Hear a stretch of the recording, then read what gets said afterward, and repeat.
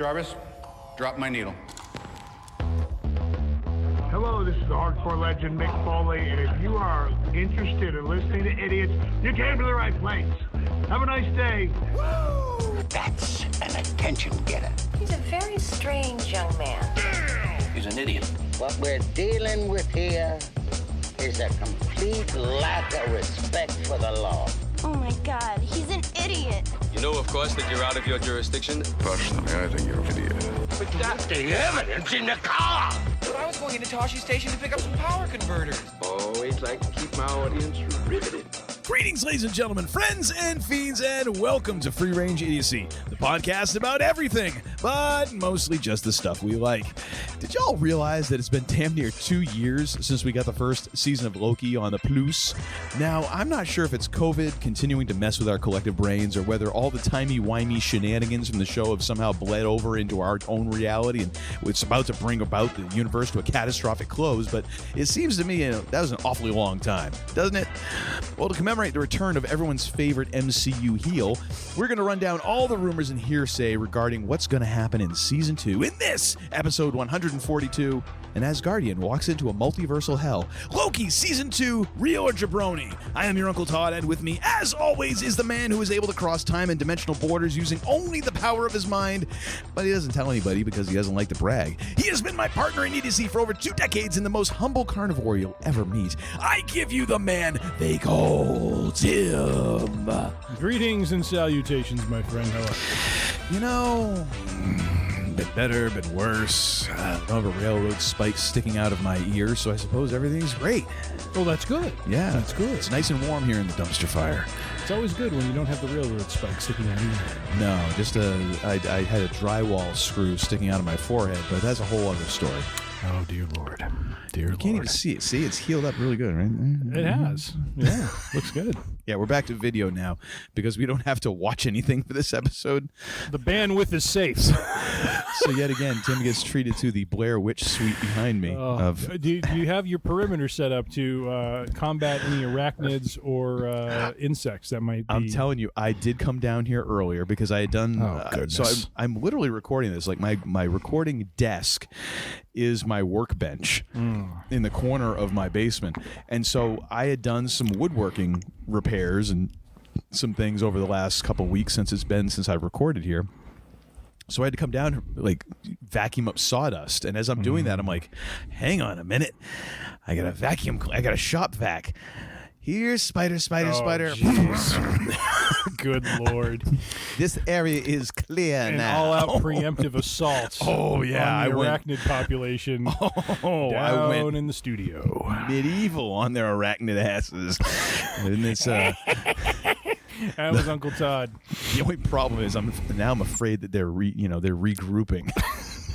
Before we know it, there's going to be a small army of. I'm going to see his wall turn like a color of grade into black because there's a whole something's moving behind you. Yeah, what is that? It looks like a swarm. Oh dear, Uncle Todd is about to be taken down. You just hear me.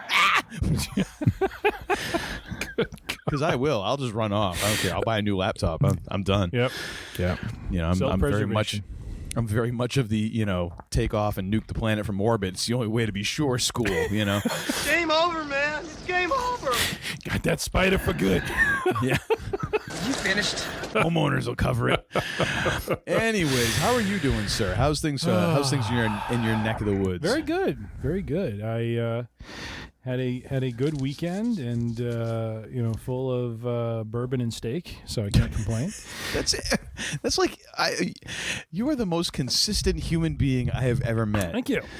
Every weekend. How was your weekend? Bourbon and steak. And our normal haunt, if you will, on the weekend, our restaurant of du jour that we like to go to.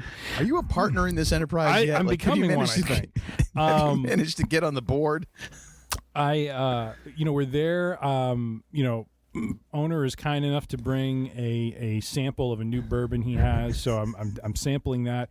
And then we go to order dessert, and I tell our very kind waiter, he asks, he's like, "Oh, you guys like chocolate?" And we're like, "Yeah, we like chocolate." We got this thing. It's called pot de creme. It's basically they serve it in like a mason jar, and it's this like chocolate pudding that has like cinnamon in it with like whipped cream on top, and it's like amazing. Anyways, so he brings that to us, and then he shows up with this small slice of what looks like a chocolate pie, and I'm like, what's this? And he's like, the chef just made this, and it just like literally just came out. He's like, I thought you'd like to try it. I'm like, sure, why not? And so I'm just like, man, it just keeps getting better. The thing that Tim doesn't know is that he bears a striking resemblance to some Chicagoland mob boss that they think that they're impressing and endearing themselves to, and it's just some schmuck with a podcast. I didn't think about that. Eventually, said mob boss is going to walk in one night when he's there having dinner. Oh, my gosh. Oh, the hilarity that will ensue. Yeah. The gravy train comes to a screeching halt. From a random Lincoln Continental trunk somewhere in the outer boroughs of Chicago. The man before Tim, that's my name. Oh, my gosh. That is too funny. So yeah, good weekend overall. Just a quick shout out. We're doing shout outs on this show now? Well, she doesn't listen, but I'll tell her that I did it, and maybe she'll listen. So, to my youngest sister, Jessica, it is her birthday today. So I just want to give her a shout out for her birthday. Happy birthday, yes, to you. Indeed. So from the idiots, on the one range. Closer to you than the other. Oh my God. You okay over there? Oh yeah, still drying my eyes from the cornet discussion we had before the show started. That was just prime Uncle Todd right there. Thinking about your family, and no. There you are. No, you're thinking of Jim Cornette. All right, that sounds about right. Well, honestly, it's not so much him than it is the comedy that he inspires you to put forth to me as we're discussing. On the back of things. Tim's license, it says organ donor, but only for Jim Cornette. Jim Cornette or Steve Austin. Everyone else, F them. And then underneath that, long live the Goozle. Yeah. Live by the Goozle, die by the Goozle. God, live free or Goozle. There you go. That ought to be the New Hampshire state motto. It would be as soon as they elect Jim Cornette as the governor of New Hampshire. Anyways, so we are going to talk about Loki Season 2, but not before we get into a little segment here that has been very wrestling-centric over the last few episodes. However, we're getting back to basics and talking about random bits of geekery found on the interwebs, along with some other stuff that, well, I don't know if you're going to be interested in or not. But anyways... Week in Geek. So funky. What do we got going on in the Weekend Geek, sir? All right, well, kicking things off, as much as much to Uncle Todd's chagrin, as much as he has lobbied for this not to be, we are going to have our weekly Tales from the Fantasy Gridiron segment. The only thing that's good about this is it's half as long because there's like no update from me. Are you asking me to elongate this segment? Because I can. No. I can pontificate on a few things if you No, like. I'd like you just to give it a final score and then we can move on. Well, so week one. So it's been, I think, 2 weeks. So week one did not. No, we're doing just this week. No, just this I think week. you got to cover last week. It's important. So Dear last God. week, in a near miss, first week victory, I lost 142 to 137. So 5 point loss right there. And then, for a second, I thought you were playing the old football theme, but then I realized you were snoring. And then this week, my team rebounded, and I had a marvelous performance from them. 215 solid points to 169, locking in a victory for week 2. All right, well, thank you for that Lamar update, Tim. Jackson, We really appreciate that. Excuse It's me. great. So Lamar now what Jackson, we're going to talk about the last couple episodes Lamar of Ahsoka. Jackson, almost 60 fantasy points. He's still going. Debo coming Still through with going. 26. And then Devontae Smith with 23. I mean, my crew, top to bottom, was just knocking it out of the park. So I am a very happy fantasy owner this week. 1-1 on my way to a what it would be, like 12-1 record, 13-1 record. It's a solid 500 season for you. That's what I'm seeing right now. No, sir. I'm calling it. That C draft is going to be an A, baby. Lock of the year is a 500 finish for quick slants. You want to put a bottle of bourbon on that? No, I don't, because I don't give a rip about your freaking You're making fake a fantasy declaration football here. team. You gotta stand behind it. Stand behind it. I don't want to stand anywhere near it. I want to treat it like it's like a pile of poo. I want to stand way away from it. I want anything to do with standing it in his vicinity. And I know there's a lot of people wondering, but I benched I kept my kicker benched. Cameron Dicker. No did one not cares if start. a kicker, if your Dicker kicker got benched. Nobody cares. Nobody. I figured nobody. you would. Even Dicker doesn't care that he got benched. He literally does not. All right. Well, just figured the peoples would want to know. If you want another little bit more of a breakdown of what I could have done different. No, anyways, I'm sorry. Uncle Todd is about to blow a blow a blood vessel. No! All that being said, looking forward to week 3. It is going to be a great matchup, and I will once again vindicate myself as I did in week 2. You're wrong. And that is Tales from the Fantasy Gridiron week 2. Moving right along. You are worse than our next topic, which it's been a couple weeks, so much has happened. Much has been ballyhooed and discussed. But Ahsoka, we have 3 episodes that have aired since we last spoke of it. Episodes 3 through 5, and since I've been rambling about my fantasy team, sir, what are your hot takes on these last 3 episodes? How are you feeling about the series? What do you think overall? Chef's kiss. I mean, what else are you going to say? It just really... Oh, he's going for the bourbon. What do we got going on there? This is the Willersheim, Wisconsin straight bourbon whiskey that I got when I was up in Wisconsin. So Willersheim, isn't that the name of the department store in the Polar Express? It might be. Apparently, someone decided to name a distillery after it. So there you go. Hey, isn't that Haberfeimer's department store? That's right.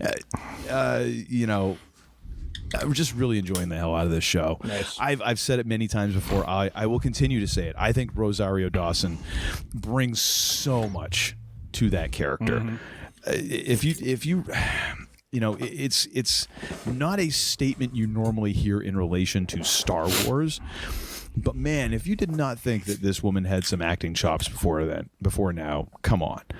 Like, she just brings a lot, like this, like a very kind of textured performance, I think.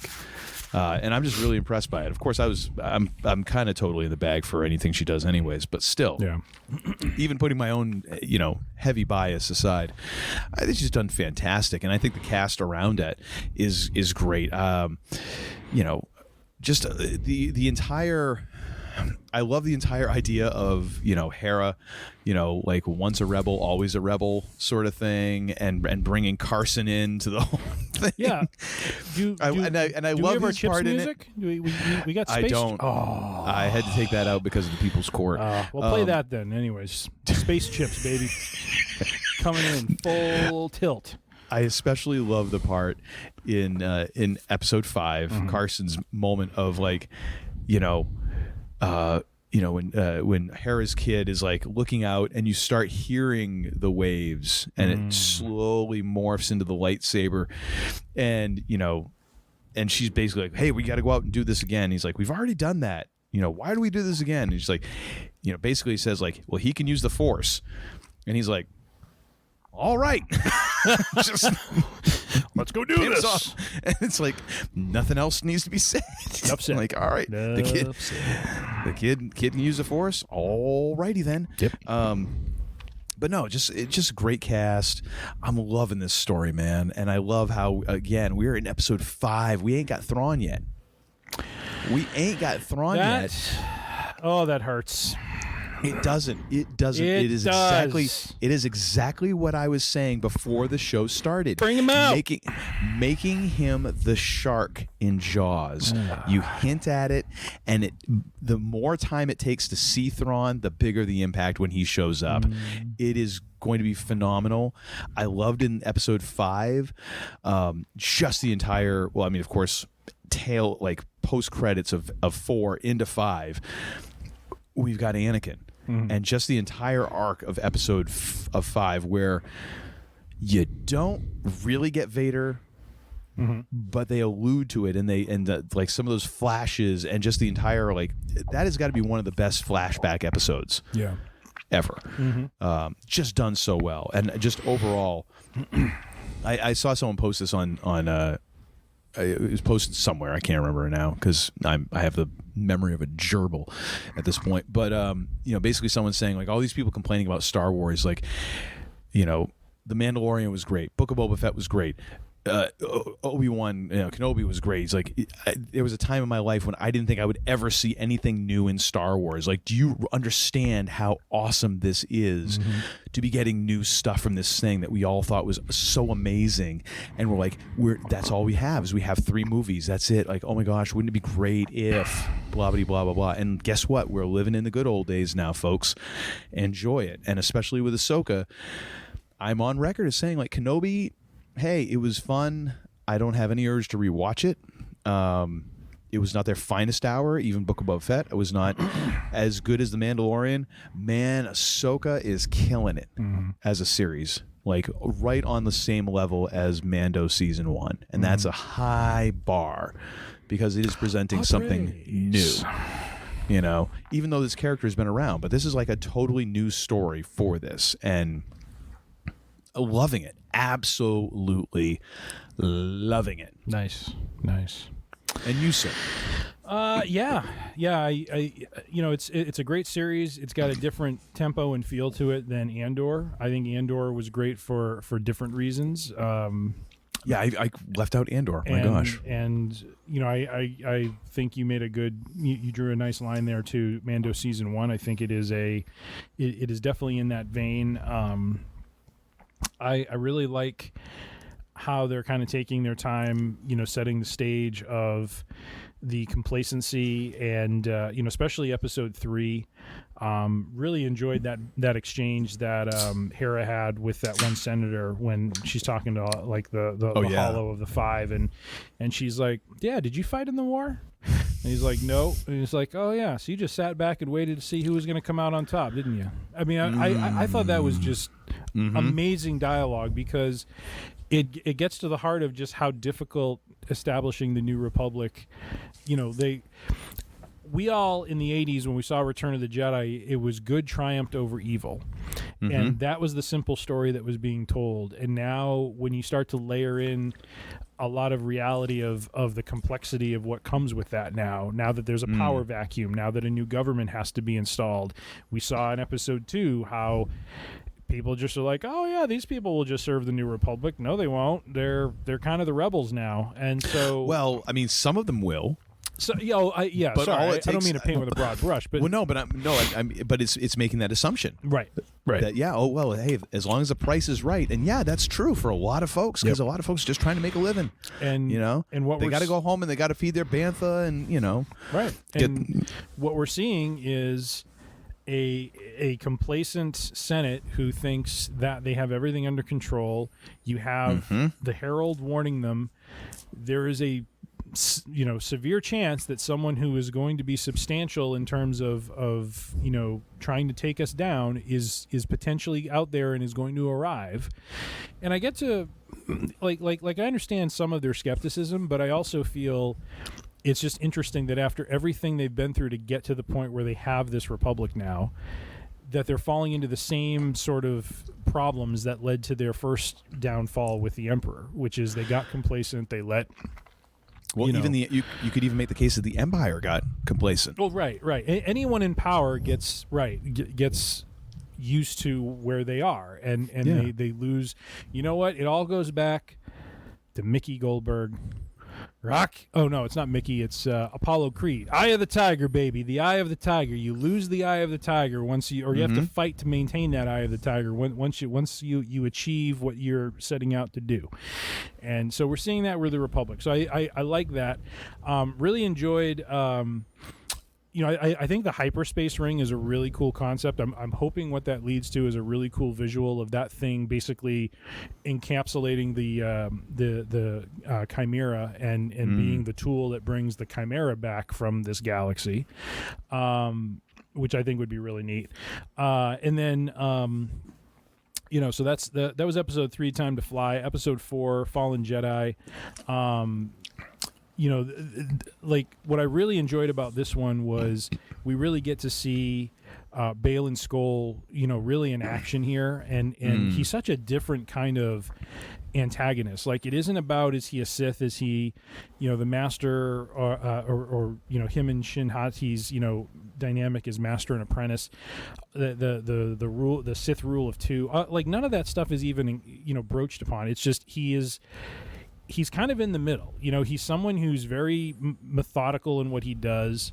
He is very, I love the scene when he's face to face with Sabine and she has the orb, and before he does anything, he just stops for a second and he just closes his eyes, and you can just tell he's trying to read from the Force, like, what's going on with her, and then he goes right into the whole thing with Ezra. You know what I mean? Like, he knows exactly what her trigger is, and he goes right and nails it, and does it in a very, not so evil way. He basically speaks, kind of truth to power for her. Like, this is what you're after, and if you want, and it's logic. Like, it makes sense. Yeah, absolutely. And he's like, look, this is what I'm about to do, and you're welcome to come with me willingly, and you can be reconnected with this person you're looking for. And I mean, it was brilliant.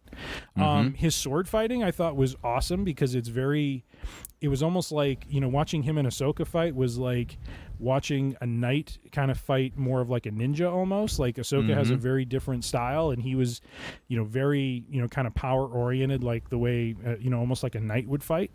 And just especially at the end of the episode when he's on the hyperspace ring before they jump, how imposing he looks when he's like next to Elsbeth, and like without his cloak and everything, he just looks like a very imposing figure. So I was just so impressed with him and that character. And I texted Uncle Todd after that episode. I'm like, man, I really hope they have a great end plan for him, or they take his character out, because gosh, if he's still alive at the end of this season and they're going to do a season 2, I don't know how you replace Ray Stevenson. I mean, he is just so...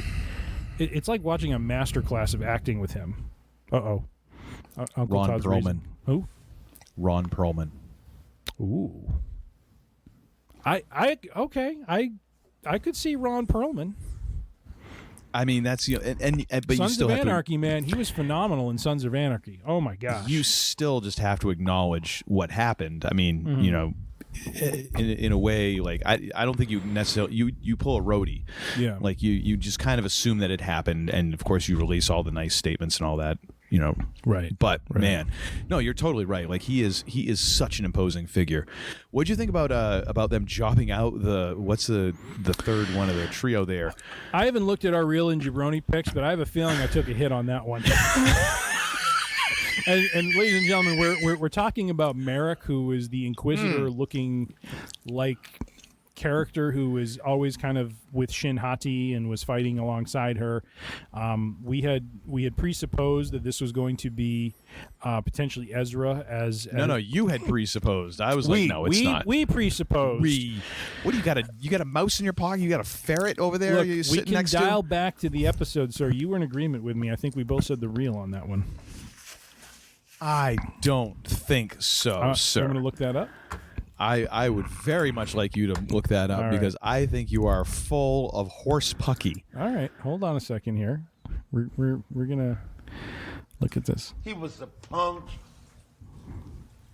You are worse than Hulk Hogan. Oh, actually, well, we did both agree. The Inquisitor is Ezra Bridger. We both said Jabroni. The one we said the real to was it was Mara Jade.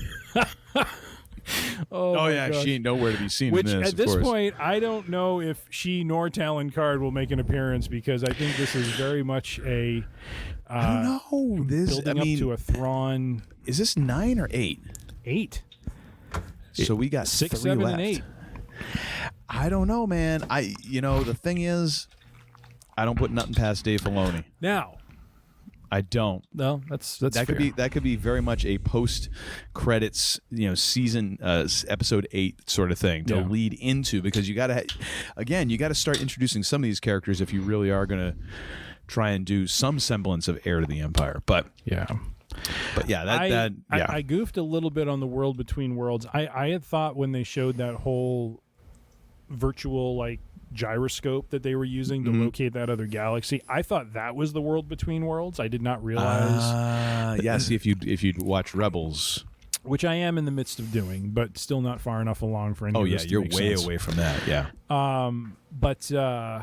But yeah, no, I thought that was really cool, like locating the other galaxy. We I think we talked about that in the prior episode when we did 1 and 2.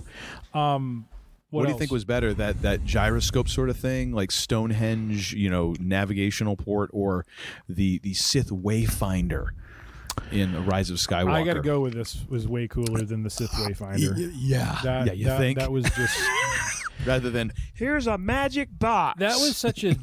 I'm not going to say it right, but that was such a Deus Ex Machina sort of Oh yeah, move with that's that, totally. Which is just seriously. I mean, he just has a place, and they've created this. Freaking huge fleet all of a sudden out of nowhere. I mean, are you kidding me? Yeah. No. It to me. I sung high praise for Rise of Skywalker. I need to really need to dial that back quite a bit because in retrospect, And I know I just got through saying we're just be glad. Hey, I watched it. It's not it's the worst thing ever made. It isn't, but it just sucks because of what I felt could have been a much better third movie had I feel Kathy Kennedy and J.J. Abrams not completely. You can't commit just 2 whole movies to making someone this evil character and then all of a sudden decide, well, I shouldn't say that because I know they did that with Vader, but my point is Kylo Ren was just so unforgivable at that point. You know what I mean? It's looking back on the way they did his turn, it didn't have the same gravitas that Vader's turn did. Well, no, because they didn't treat enough in that movie seriously. No. They really didn't, and just sort of we're oh, and hey, forget all this stuff that happened. Yeah. But anyways, we're not talking about Rise of Skywalker. We're talking about Ahsoka. What else from episode 4? So Merrick, that was kind of as much as he went up in dust, it was kind of the other rumor about him that was floating before that episode was that he was going to be Starkiller, who was a character from, I think, either the novels or the video games. He was an apprentice of Darth Vader, and so a lot of people thought who was played by, what's the actor who played what was the soldier in BSG who we kind of made fun of when we did our rewatch, and he was talking about the 4, he was going through a battle plan with everyone. Oh yeah. It was Hilo. No, not Hilo. It was Crashdown. Crashdown, and whoever that actor is, I can't think of his name. And why would you? Yeah. He has voiced some. Oh, Sam Witwer. Oh. And wow. Okay. I think it's Sam Witwer. Let me double check. I'll look it up while you go. Okay. You go ahead. Anyways, so Merrick was rumored to be him. Obviously not.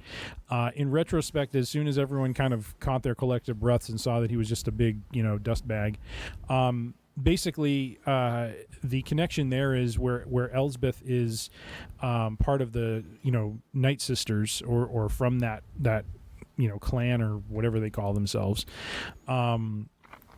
That there is precedence in, I think, Clone Wars for them to basically, through their witchcraft, be able to have almost like zombie soldiers. And so it wasn't kind of out of the realm of possibility that Merrick was just a reanimated or kind of witchcraft infused soldier that just followed her orders. And so that was a little bit of surprise because we thought there'd be a little bit more to him than what there was. And then what else with 4? I thought the whole jump by the hyperspace ring and the way it kind of wreaked havoc on the ships as they were approaching was kind of cool.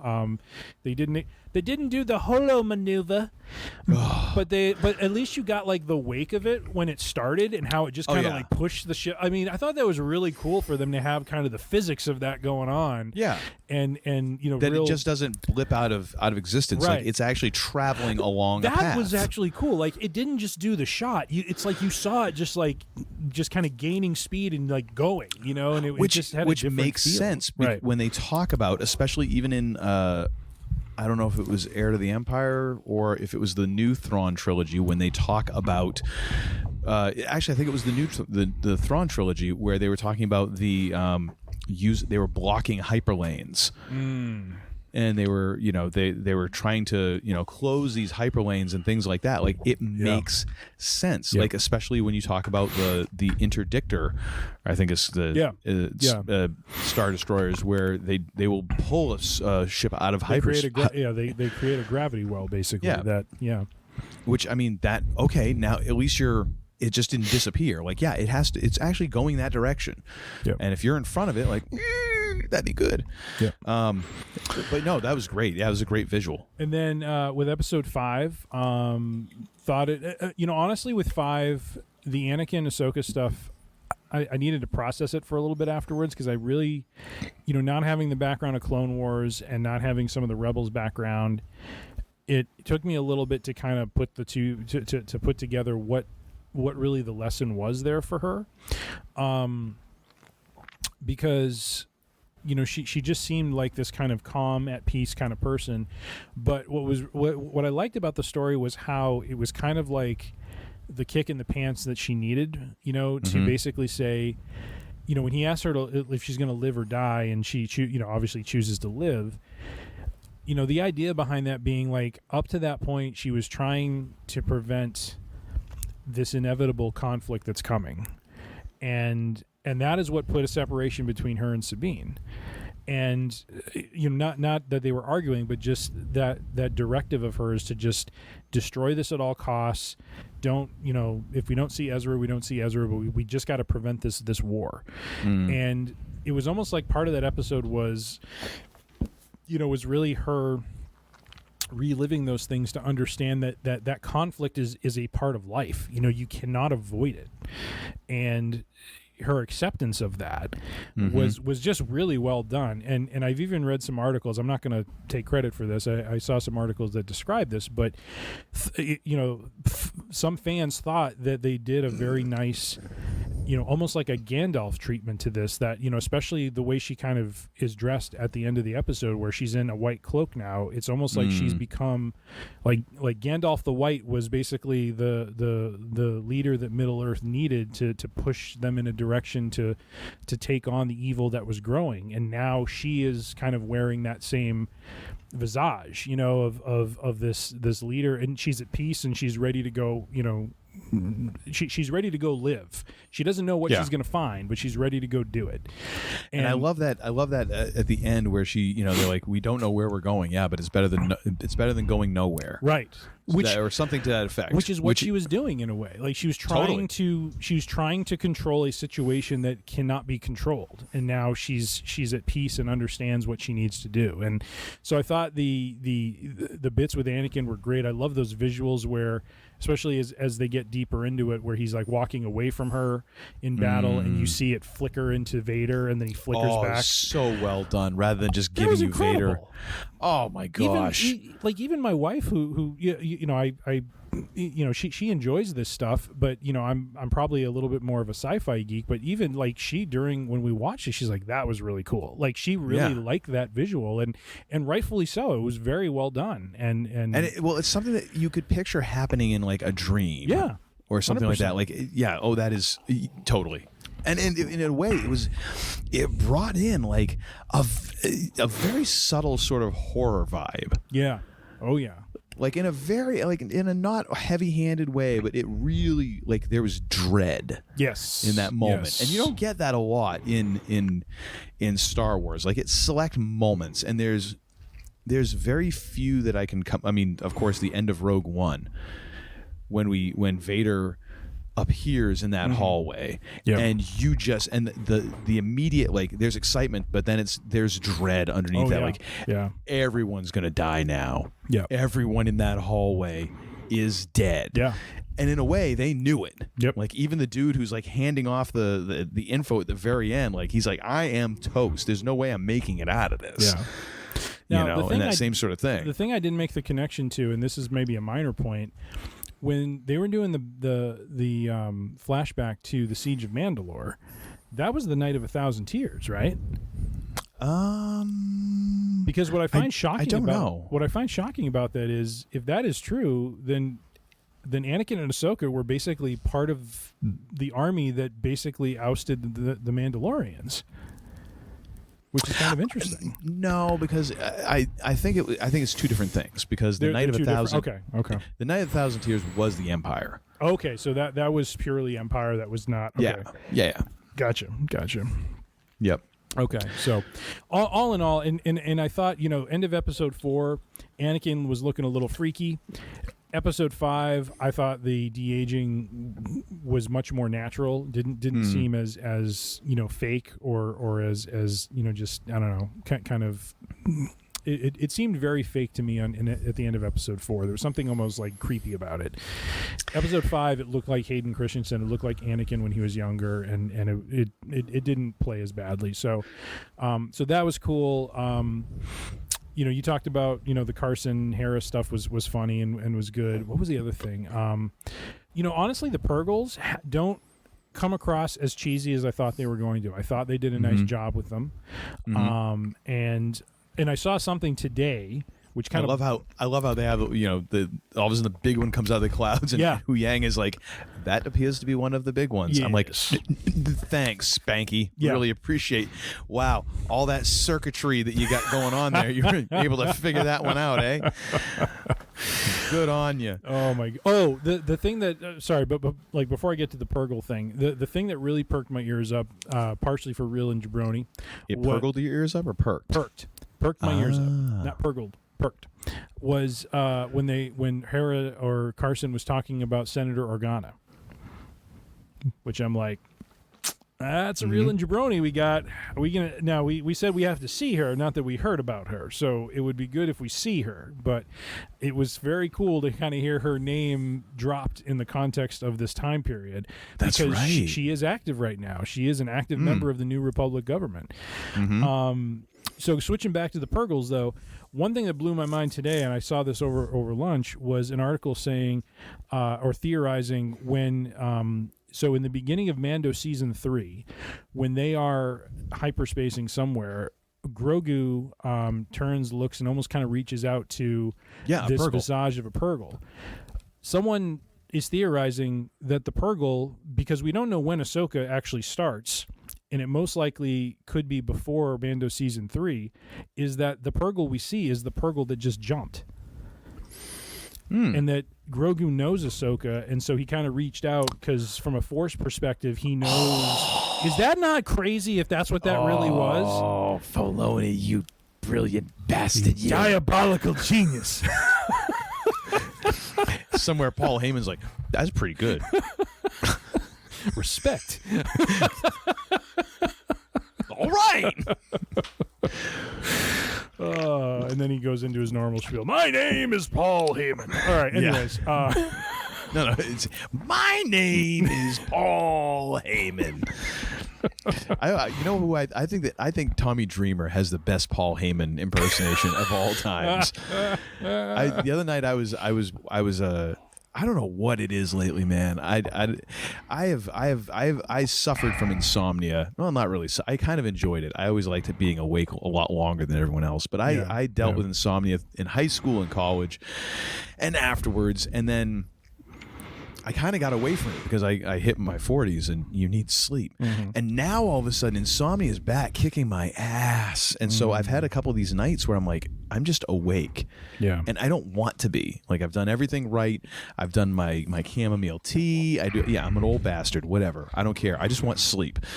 I've done everything right and I just can't sleep. Yeah. And so I've been watching a lot of like documentaries and stuff, laying on my couch, just praying for the sweet release of unconsciousness. and I watched. One night I watched the Rise and Fall of ECW, and then I followed it up. Documentary. Oh, it is fantastic. And then I followed it up with like the real untold stories of the ECW or whatever that show they did a few years ago, and they have Tommy Dreamer on there, and Tommy Dreamer talking about when he first met Paul, and then he's talking to Paul on the phone, and Paul is pretending to be this other guy, and Tommy Dreamer's.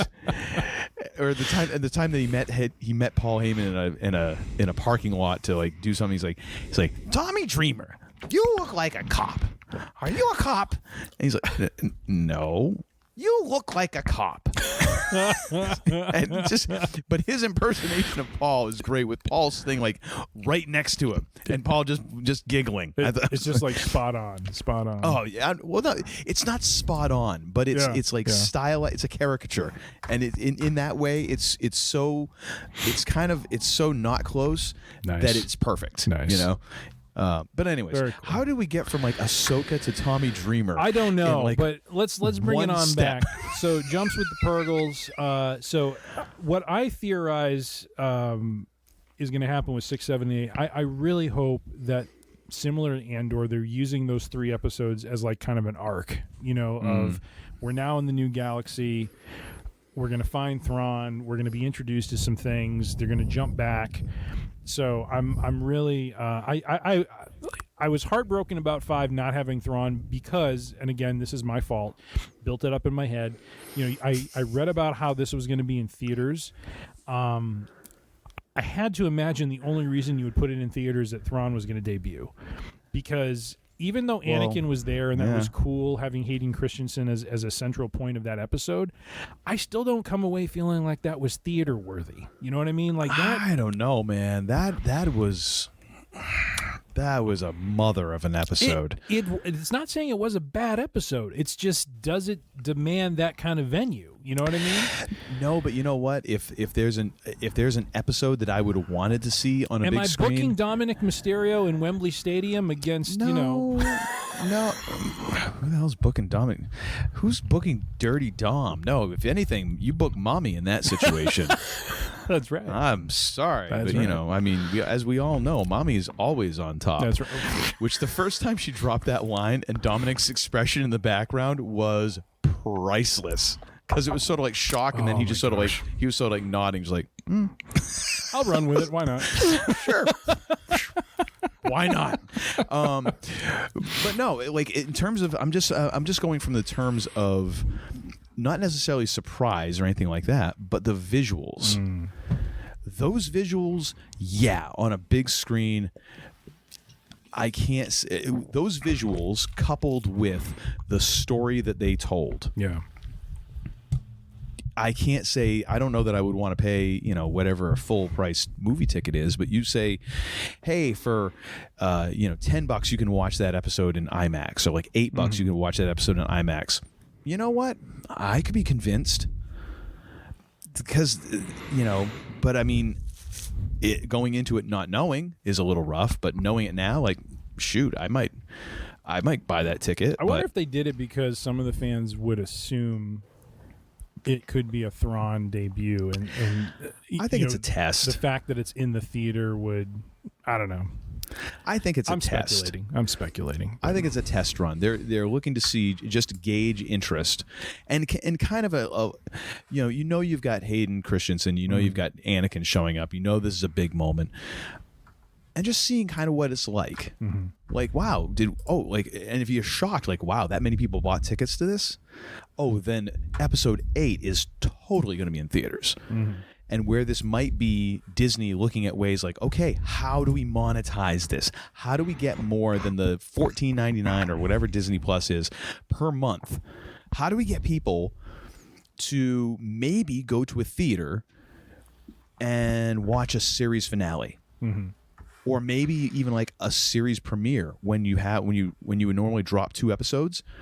Think about this. Okay, so, and again, you're doing it on a mid of the series episode, and granted, now Anakin's going to be in it. Okay, even with just that, there's people who would be tempted to show up. If you knock that out, imagine if you have I don't know, whatever. Like, say they decide, oh, Mando season 4 is coming out, and we're going to drop the first 2 episodes on Disney Plus. Same day in the theater, you can go see Mando season 4 episodes 1 and 2 back to back. Plus, there is going to be additional scenes only available in theaters. And those scenes are not going to make it onto the Plus, not for another year. I could see or that, 6 months or whatever. And if you told me, because that's essentially, if you do 45 minutes, 50-minute 1 and 2 episodes, plus another 15, 20 minutes of extra stuff, you got a feature. I'd plunk down some money for that. I read that they did film a sequence with Hayden Christensen and her and Rosario Dawson on Mustafar. And that one of the flashbacks would end up being Ahsoka fighting him. And I don't remember if it was revealed like what. But anyways, to your point, if they wanted to drop content like, okay, then I could see that, right? Because now you got to draw a little bit. You know, you have a draw of something that fans would be pulled to and really would want to see. So I hear you.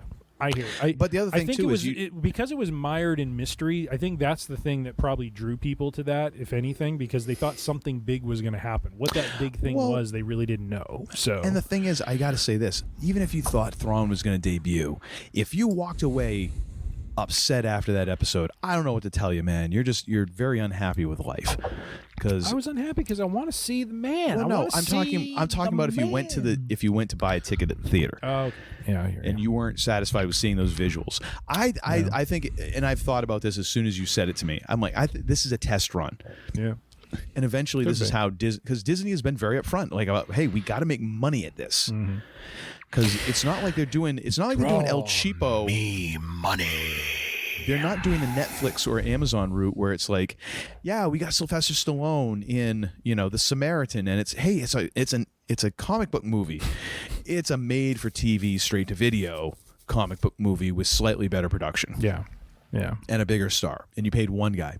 So they're chunking out stuff that is, I mean, say what you want about some of the Marvel stuff. Star Wars series has been friggin' top notch in terms of effects, in terms of scale, all of that. I can see why Iger and the rest of Disney would be like, we need to figure out how to make some more money off of this because we are spending a buttload of it.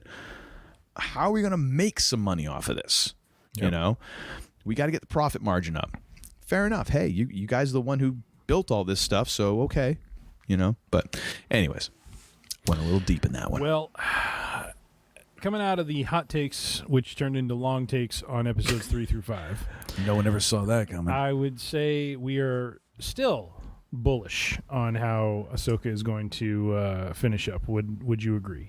I would. And by the way, it was Sam Witwer. You were totally correct, sir.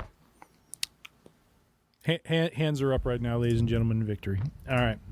I thought you were doing the Stone Cold. Little snug, Sam. Snug. I got lucky on the Sam Witwer. Even a blind squirrel finds a nut. Even if it's its own. All right. We're at about the 50-minute mark on the Week in Geek here. How about we... I have one more item, but why don't we defer that until the next episode? And are we talking item 4? Item 4. Oh, okay. no. I'm item 4. Let's get to item 3. We'll get through that quickly. Yeah, because we can't make it out of this without talking a little wrestling. Absolutely. So Uncle Todd texts me Friday evening and says, "Hey, what'd you think of the man returning to his favorite spot?" And what he was referring to is, ladies and gentlemen, in Denver, Colorado, Friday. No.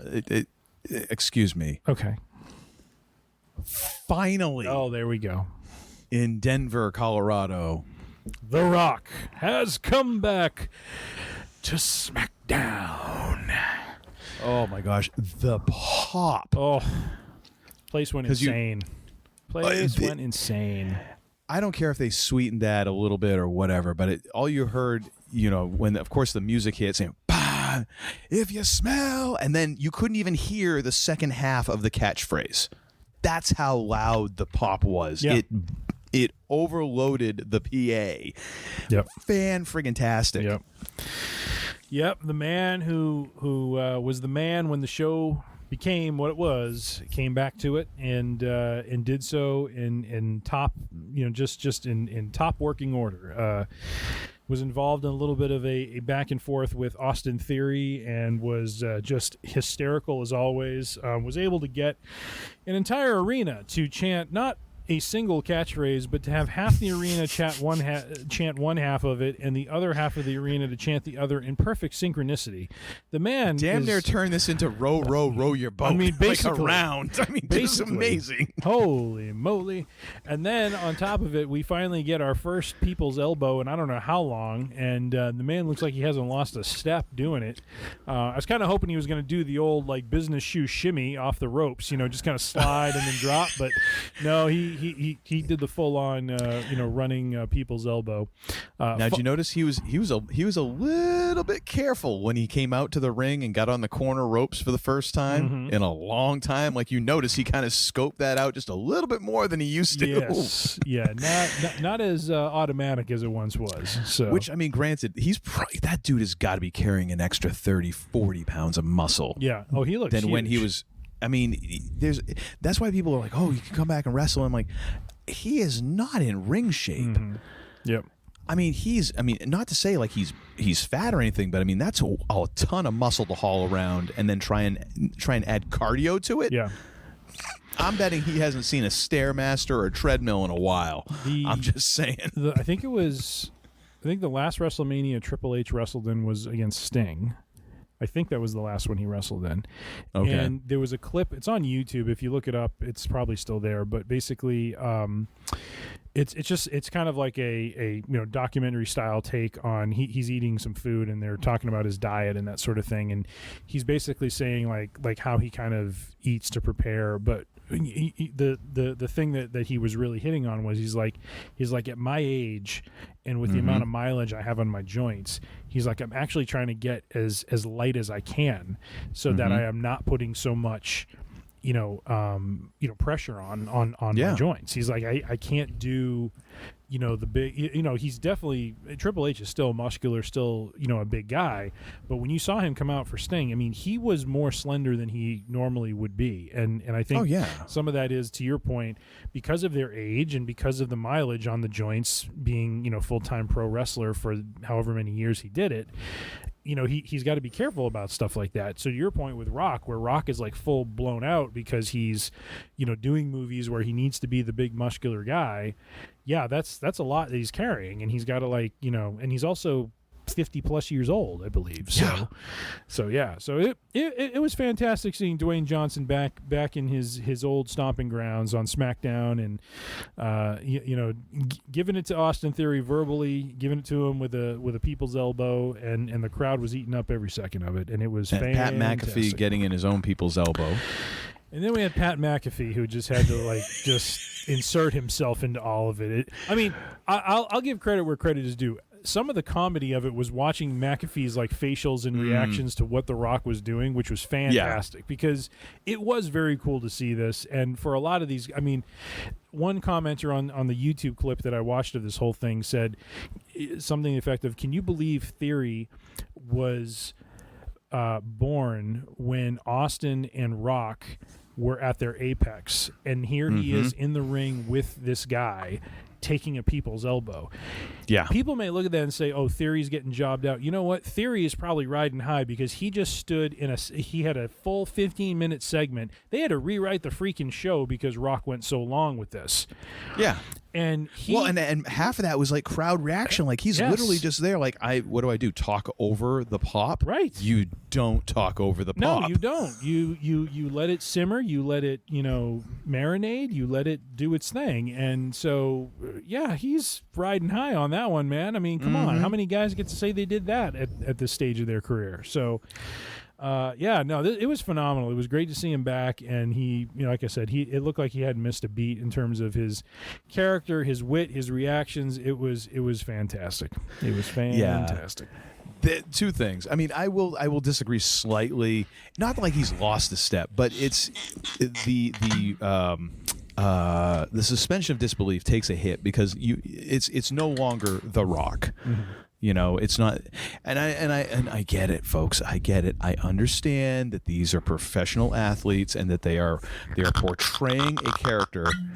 My gosh, you look like you're gonna pull an elbow out trying to get that cork out. I really wanted to accentuate the popping of the cork. All right, but I thought you were going to pull something else. No, I did not. First person to ever get a hernia while pulling a cork out of a whiskey bottle. My back. But so I get it. I get it. But at this point, Dwayne Johnson has so far outstripped the character of The Rock in terms of you now know Dwayne Johnson as Dwayne Johnson, and I don't know how many other professional wrestlers could ever kind of cop to that, you know, because we now get that Dwayne Johnson is this total separate entity, as opposed to like Hulk Hogan. You kind of always still, you know, and Ric Flair and guys like that. Like there's still enough that it ties together, you know. Whereas now it just feels like Dwayne is so different from The Rock. Yeah. So you get it's very much like, oh yeah, I get he's playing The Rock now. Mm-hmm. You know, so there was that. But still, no, it was great. The other thing was, am I the only person who, as soon as Pat McAfee lined up for his people's elbow, instantly had flashbacks to Snoop doing his impromptu people's elbow? Oh, my gosh. And hearing Cornette talk about it, or was it Cornette or Pritchard? I can't remember who it Probably was, but they talked about. Oh my gosh! And they were like, you know, and of course, you know, it looks like crap until he went to drop it, and then he's like dropped it so stiff that it was the one and only time a people's elbow has actually hurt anybody because he full on left the ground. It was like little snug on the people's elbow, little snug, like he tried to cave in the dude's sternum. Oh my gosh! Oh my god! You know, but it's like it's Snoop, whatever. Good you know. Lord. But yeah, no, that was fantastic, and kind of interested to see where, you know, if Dwayne is going to be you know, doing a couple things, or if this is just kind of a one-off show up and give the kid a rub and head off. I don't know. Well, and you know, the long-standing theory, and he kind of confirmed it. So earlier in the day, The Rock was on Pat McAfee's show on ESPN, and they were talking. And he did confirm for a while. He said we were locked in. It was going to be me against Roman Reigns. Mm-hmm. And that's kind of the big money match that I think a lot of people want to see. I know I would be very interested in seeing that. I know he's 50. I know he's past his prime. But as a feature, you know, just to kind of see, you know, kind of the old guard from the Samoan family against the new guard of the Samoan family. Hell. Give that to me. Like even in his 50s, he still works twice the friggin' pace that Roman Reigns does. Yeah, Roman's gonna have to work in this match because it ain't gonna be like the Jey Uso. Oh my gosh, maybe he can drag Sleepy along with him and actually get a halfway decent match. I mean, gosh, that's hysterical. But I've actually read. I was reading. I forget again. I can't remember where some of this stuff is. My freaking dumpster fire memory just keeps erasing where the sources are. But I swear I saw this where they're talking about there's still a way for that to happen. Okay.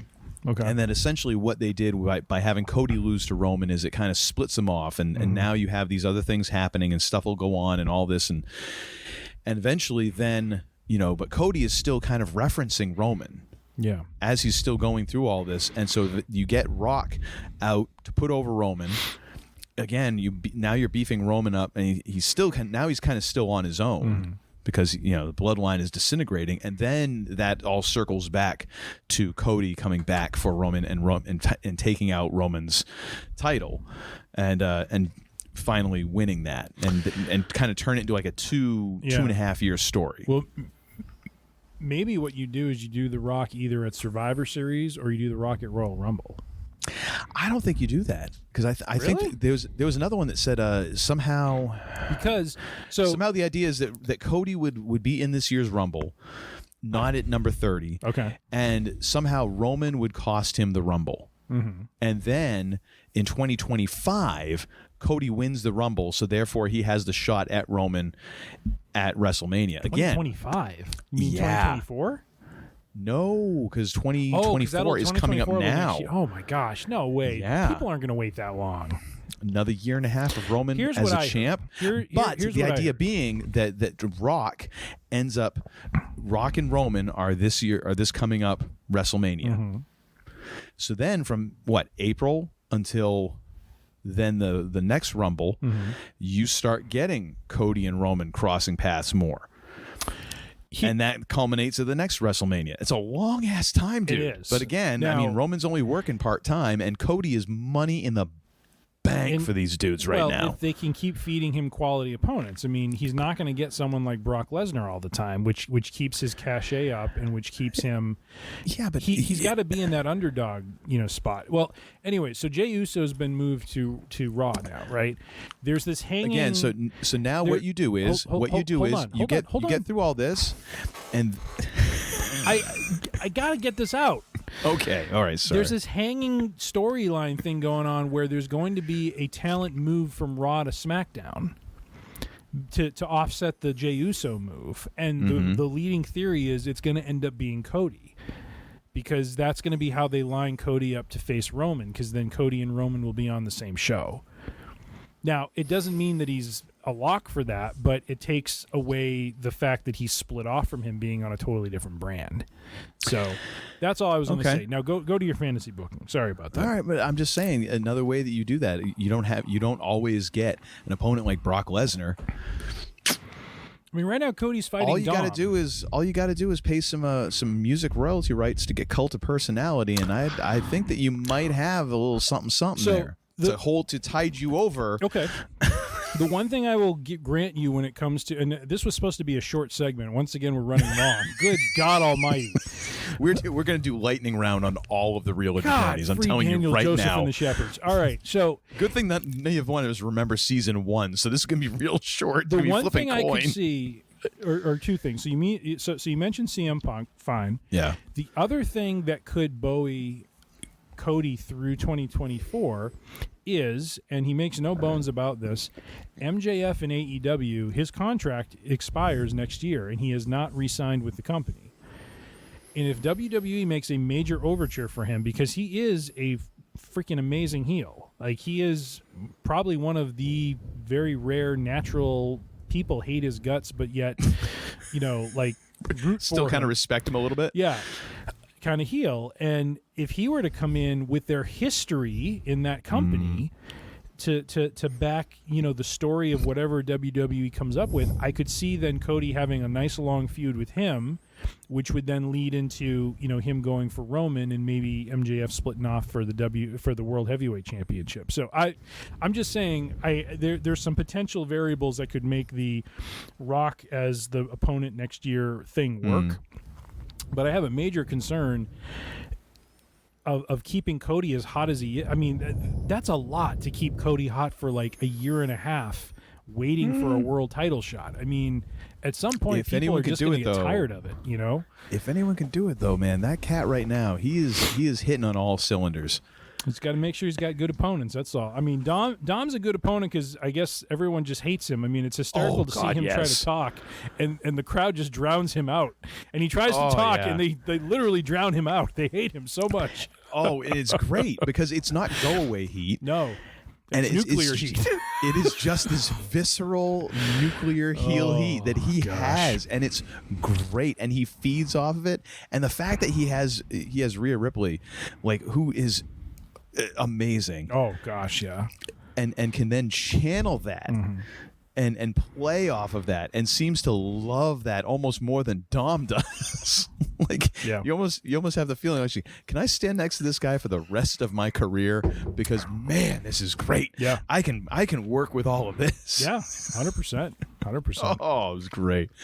And actually, Rhea hitting the frog splash, stealing that move from Dom and Eddie. Yep, that was great. Yep. Yeah.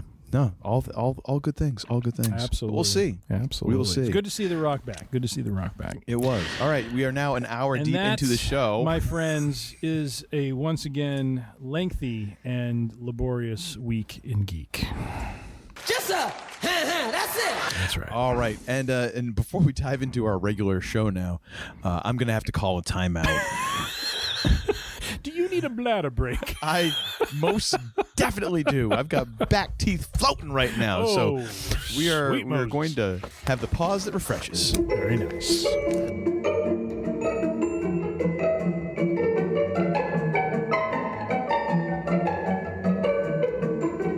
All right, we are back from our little visit to the indoor outhouse, at least in my case. I like that music you insert in there when we have the bathroom break. It's like very 1950s sort of commercial. Well, I try to do that. Are we going to get the People's Court music at some point? I think we need to have that. We need to have some funk, as we get into the adjudication maybe towards the end of our adjudication. But we need the lightning round this mofo. Okay, we will. It's all good. It's all good. That's what makes me nervous. Is every time you say that, dude, it doesn't turn out that way. You were worried about Ahsoka, and we ran through that like nothing, like a hot knife through butter. What is that? Oh, it's some sort of piping that is that what you swat at the arachnids with? I've thought about it. That's why I have it handy. This is the toilet feed connector, and once upon a time, this is near your computer and microphone. I'm telling you, it's my workbench, dude. Ladies and gentlemen, this is the high quality sort of setup. I've also got. Hang on a second here. Let me show you this. Oh my God, Uncle Todd and his implements of doom. Think I got enough crowbars? Jeez Louise, man. What are you gonna do with all those crowbars? Oh my gosh. Hang on a second here. Well, I don't know when I might need to crow something, but I got a bar for it. Let me tell you. If there's ever a crowbar fiend roaming in the greater Portland area, we will. That's home security right there. Why? Good Lord, man. All right. Yes. Are you ready to get down to the main event? Not really, but hey, let's kick this pig in the junk anyways. 2+ years, man. It's been since we've talked about this show. 2+ years. And yep. I remember none of it. I remember distinctly when we got through the Reel and Jabroni, we were all excited, now that we had seen the end of Loki season 1. Oh, the multiverse is coming. It's been 2 years. And we still don't got really the multiverse. And we really haven't gotten a whole lot. Come on, Marvel. Get on it. It's like a Roman Reigns entrance. Oh, it's like a Roman Reigns Jey Uso match is what that is. Oh, let's not. Hey, the jury's still out, okay? Oh, sweet Moses. All right, we both had drinks at the same time. We both had to take a this. sip Here after that one. Like, ugh. All right, ready to roll, baby. Number 1. All right, so Reel and Jabroni, the sources. Oh yeah, so Reel and Jabroni. Once again, just for anyone who hasn't listened to this, basically we're going to adjudicate these rumors and hearsay from the interweb and possibly from the mind of the man they call Tim, and we're going to say whether it's going to happen or whether it is not going to happen, and that will be the real means true. The Jabroni means false. And once again, this is our tribute to, of course, that legend of the squared circle and of the interwebs in general, the Iron Sheik. Thank you, Sheiky. All right. Sources for these theories that I have... You are worse than Hulk Hogan. Absolutely. That I have cobbled together come from the following sources. GamesRadar.com. Yes, there is a site called GamesRadar.com. TechAdvisor.com, which... outside of advising tech is advising theories. ScreenRant.com. MovieWeb.com. And finally, Medium.com. Just that's it. So with all that being said, in the immortal words of L.A. Knight, let me talk to you. Let me talk to you. Oh, yes. You are worse than Hulk Hogan. All right, sir. Our first set of theories is, of course, we kind of evolved over the years of this, and we now have subsections of this. And our first subsection is called In or Out. This is really about who we will encounter in the series, who we will see, who we will not see. So number 1. Because we are dealing with Loki, Kang, and the multiverse, number 1, we will see Doctor Strange. Jabroni. Really? I don't know. It feels like a little obvious. You know what? I'm going with the real, baby. Might be the bourbon talking, but I'm going with the real. It's totally the bourbon talking. It is totally the bourbon talking. I am going to come out of this. I'm going to come out of Ahsoka in this 2 bottles short is what I'm going to come out of It's like, good God. Actually, you're going to come out 3 bottles short because by the time this episode's done, you're going to finish that bottle you got in front of you. That is fair. That is the one. That is an aspect of this that Uncle Todd did not touch on, which is there is a bottle of bourbon on the line. There is a spending limit. We do have boundaries. We do have It's rules. about 350. 350. Damn you, Loch Ness monster! How do I not have that on the soundboard? I know. Come on, man. He said, "I need about 350." In some way, though, if you remember when we would frequent that Chili's restaurant. Oh my gosh, taking it way back. All right, ladies and gentlemen, Uncle Todd and I worked during our college years. God, so much for the lightning round of this. Let's get this. God. Oh, please. Timmy's had himself a little happy juice. He's gonna get all misty-eyed. No. So we worked at this is back when Service Merchandise was still a vibrant company. Oh, see, now you're giving away you're giving away secrets. They can track us down now. All right. Anyways, worked in the warehouse at a Service Merchandise in the greater New England area.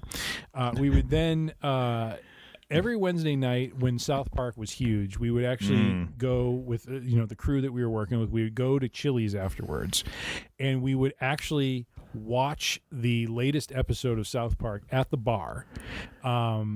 With all 4 TVs in the bar. With all 4, we commandeered all 4 televisions. And the only way we could do this is one of the guys we worked with was really good friends with the bartender. There we go. And we also had a guy who worked with us who weighed about 375 pounds and was like 6'8". Yeah, he was kind of our big boss man. So no one was going to screw with that guy. And it's going to be a hard time. Let me tell you. It's going to be a hard time. Whether you're talking Big Boss Man hard time or Dusty Rhodes hard time, it's the same result. Oh my gosh! So work or shoot, the result is the same. That's right. And in some ways that was my kind of my foot in the door of that high life of being treated, being comped, being the high life. You know what I mean? Like we had didn't run get of that comped place. anything. They didn't even get. I'm pretty sure they made us pay for the chips and salsa. Yeah, everyone else got it for free. They made us pay. They probably. Anywho, but that's a little story, just kind of behind. What did that have to do with anything? Because we did the 350 bit, and that was about South Park. So, okay. All right. So I'm going to say the real on Doctor Strange. You're going to say the jabroni. We already have a split. This is going to be an interesting one. Number 2, we will see Scarlet Witch, real or jabroni. Jabroni. All right. I'm going to go jabroni as well. I think they're going to save her revelation for a film sort of thing. Number 3, we will see an Eternal. I haven't heard from the Eternals in a long time, and so there were a couple theories bandied about maybe we get an appearance of an Eternal here who is, kind of helping guide the way for Loki and Mobius. It almost feels like they're trying to Jedi mind trick us out of the Eternals. Like, these are not the MCU stars you are looking for. No, they are not. I didn't think that movie was that terrible. It just wasn't fantastic. And, Not that it was terrible, but it's like we haven't heard anything about the large aliens that are going to smash our globe. Well, yeah, that appeared to everybody on the planet. That's a little odd. Yeah. You would think that would have made the news.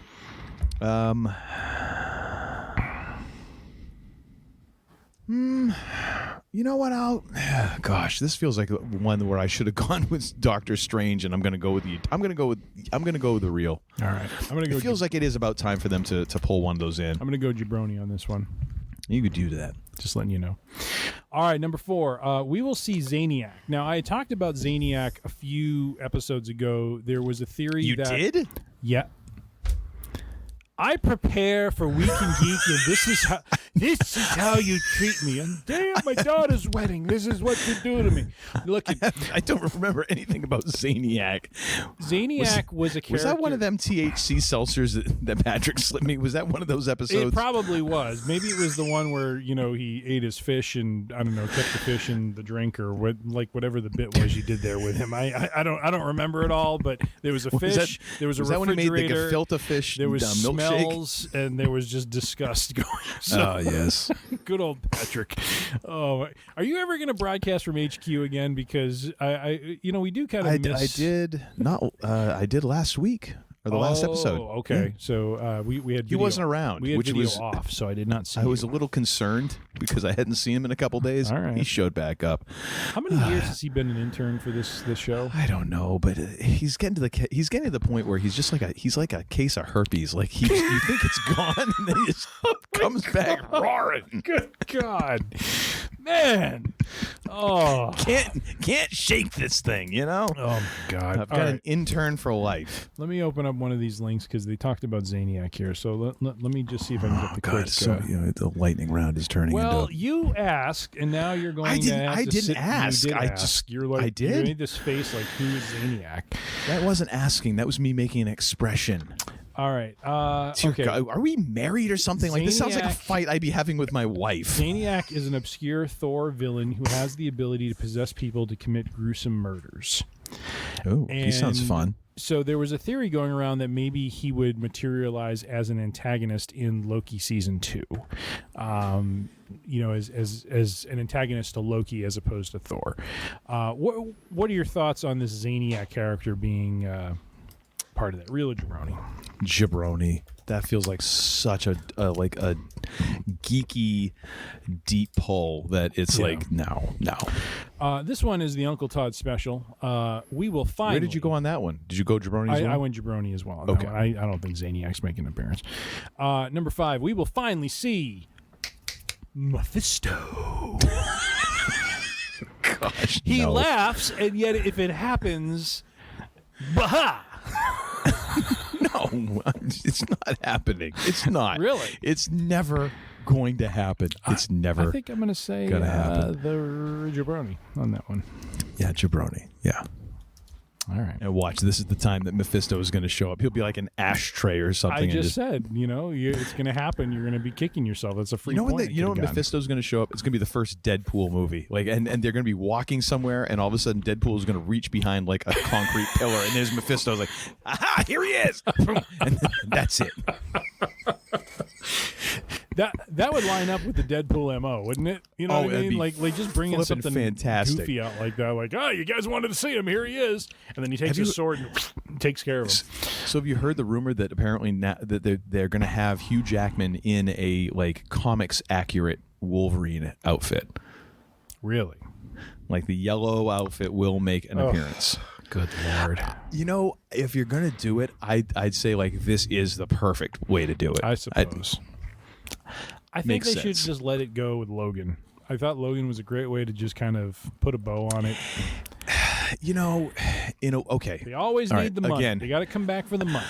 Again, I said this was going to be the lightning round, but I rewatched because again I had insomnia last night, and so I was watching a bunch of the WWE Untolds, and They it had came on Wolverine to. Yes. Wow, I really knew I shouldn't have had that seltzer. Sure that you weren't Patrick gave dreaming? me. You don't remember the Brooklyn Brawler versus Hugh Jackman back in 19? Oh my God!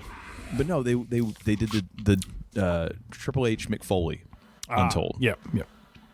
And you remember that after Mick Foley, did the career on the line match and he lost. And then he came back. Yes. For the what was it, the 4-way Oh, dance or whatever. The fatal 4-way at WrestleMania, whatever, Yeah. 20, something like that. And he even talks about it in one of his books, how he's like, I felt like I was cheating the fans and this and that. And everyone cheered for him. It's like, oh, they were just glad to see me back. That's what I equate this to. Like, yes, that was the perfect way for that character to go out. But you know what? If you're going to bring Hugh Jackman back as Wolverine, bringing him back in a Deadpool movie, which kind of exists in this weird sort of bat spit insane reality of its own within this comic book world, this is probably the best way to do it, because you can still have your cake and eat it too, because like I've said before, what's the point of having cake if you can't eat it? That's fair. You still get to have the Logan ending because it's such a different movie. Logan and Deadpool are not existing in the same world. Yeah. Those are so far separated that you can still have equal reverence for Logan, and then appreciate one more chance to see Hugh Jackman play this character. Gotcha. You know, I that's at least how I feel about it. I could see it. I mean, yeah, Deadpool does exist in this weird. I don't know where Deadpool exists though. Now that he's being pulled into Marvel, though, you know what I mean. Now that he's being pulled into the MCU, is it going to honor, kind of the past movies that they had, or are they going to try to wedge it into, the Marvel? Well, there's kind of some theories about how this is the way that you kind of you explain some of these inconsistencies, or maybe bring in different characters or things like that. Through because the multiverse. Not necessarily because of the multiverse, but because Deadpool is self-aware that he is in movies and that he is a character in all this, so that you can kind of finagle a few things that way. But even if they don't do that, dude, those movies are just so much fun. They really are. Mm-hmm. They're so much fun. It's like John Wick with more jokes. Right. So it's like there's brutal action going on, but at the same time, like, just stuff that is so goofy that you're like, I shouldn't be laughing right now. Yeah. I really shouldn't be. That guy just had his face just explode on a traffic sign. Oh, but I'm Lord. giggling. Like, this is not funny, but it is. Yeah. But that's why I say, like, it's so over the top that to me it works. Nice. Anyways, where were we? What were we talking about? Are we on? All have we even hit double digits? All I want to point out is you're asking for lightning round, and you're kind of the source of a lot of the non-lightning round banter that's going on here. You started it with Zaniac. I kind of did, folks. Yeah, sure. Seen, felt, smelt, and dealt. All right. So number 6, we will see Thor. Will we see Thor in Loki season 2? Real or jabroni? Now remember, season 1, we will see Lady Sif, and we did. So will we see Thor? I'm gonna go real.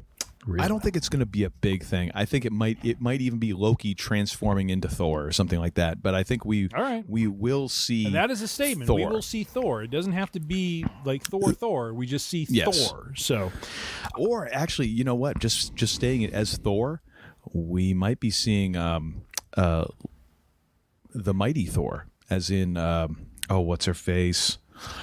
Natalie Portman. Yes, I don't know why I wanted to say Naomi Campbell. I got the N. I think that's some of the lucky pigeon talking, mister. Let me get my. There it is. Yeah. Uncle Todd with his toilet tube thing there. All right. It's a feed. It's a feed pipe, sir. I'm going to go with jabroni. Either way, it's a pipe. All right. Yeah. Number 7, we will see several Kang variants, real or jabroni. I mean, I think you kind of have to go real on this. Unless they're deciding to completely like.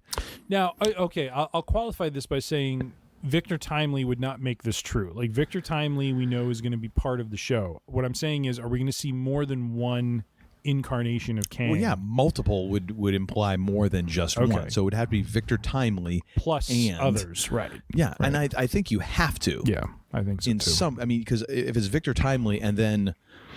Well, I just want to be clear that we're not saying, I see Victor Timely, therefore I see a variant. It's not. I just want to make sure I was clear. I thought that. Multiple kind of, yes, but okay, real, yeah. All right, well, I'm just trying to help clarify. Number 8. Boy, we are just screaming along for this lightning round that you asked for. So, all right. Good thing we only have 10 of these. We will see an incursion and its effects. So we've heard about the danger of incursions in Doctor Strange. In fact, the end of Doctor Strange, he's getting pulled into resolving one of these incursions. This is where different universes collide in the multiverse, and so. But we've never seen why it is so. Destructive, or why is it so bad when an incursion happens? And so the theory here is we will actually see an incursion take place and understand why it is so devastating. I'm going to go real. I was going to go real as well. And actually, can we? Because the TV show kind of would be a right format for that. But go ahead. What is our ruling for going back and changing one of our previous answers? Have we ever done that? We have not done that. We have said once it is final. Once you have said your answer, that is so like the hand off the piece, sort of like chess move, huh? Yes, because you've done this before. He's like, all right, I don't want to take my hand off the chess piece yet. How would you feel? Okay, thank you for your stone cold hands there. I just had to do it. So, how would you feel about instituting one mulligan per episode going forward? I'm about to lose 2 bottles of bourbon. You think I want to? I'm not talking about going back and changing the previous one. All right, well, I'm talking about this one. What do you want to change exactly? I think we are going to see Doctor Strange. Oh, you're asking me to forfeit a potential point for myself. All right. No, if you don't agree, I'm fine with it. It's okay. That's how we've run it so far. I will give it to you. And what I will say in giving it to you is then when we adjudicate, I don't want to hear any sort of special excuses for why I shouldn't get a point because you pull that stuff sometimes. So just saying. When it comes time, I will be fair. I will be equitable. I will rule right down the middle. Oh, here we go, folks. Hold on a second. I think I will show no James favorites. Brown's about to enter the building. No. This is Judge Uncle Todd. Good Lord. Your Honor, if you please. Oh my God. Or, his royal badness. There it is. All right. Anyways. Good God. All right. This next one's kind of interesting, and I threw this in. This is part of my skimming through various articles last night.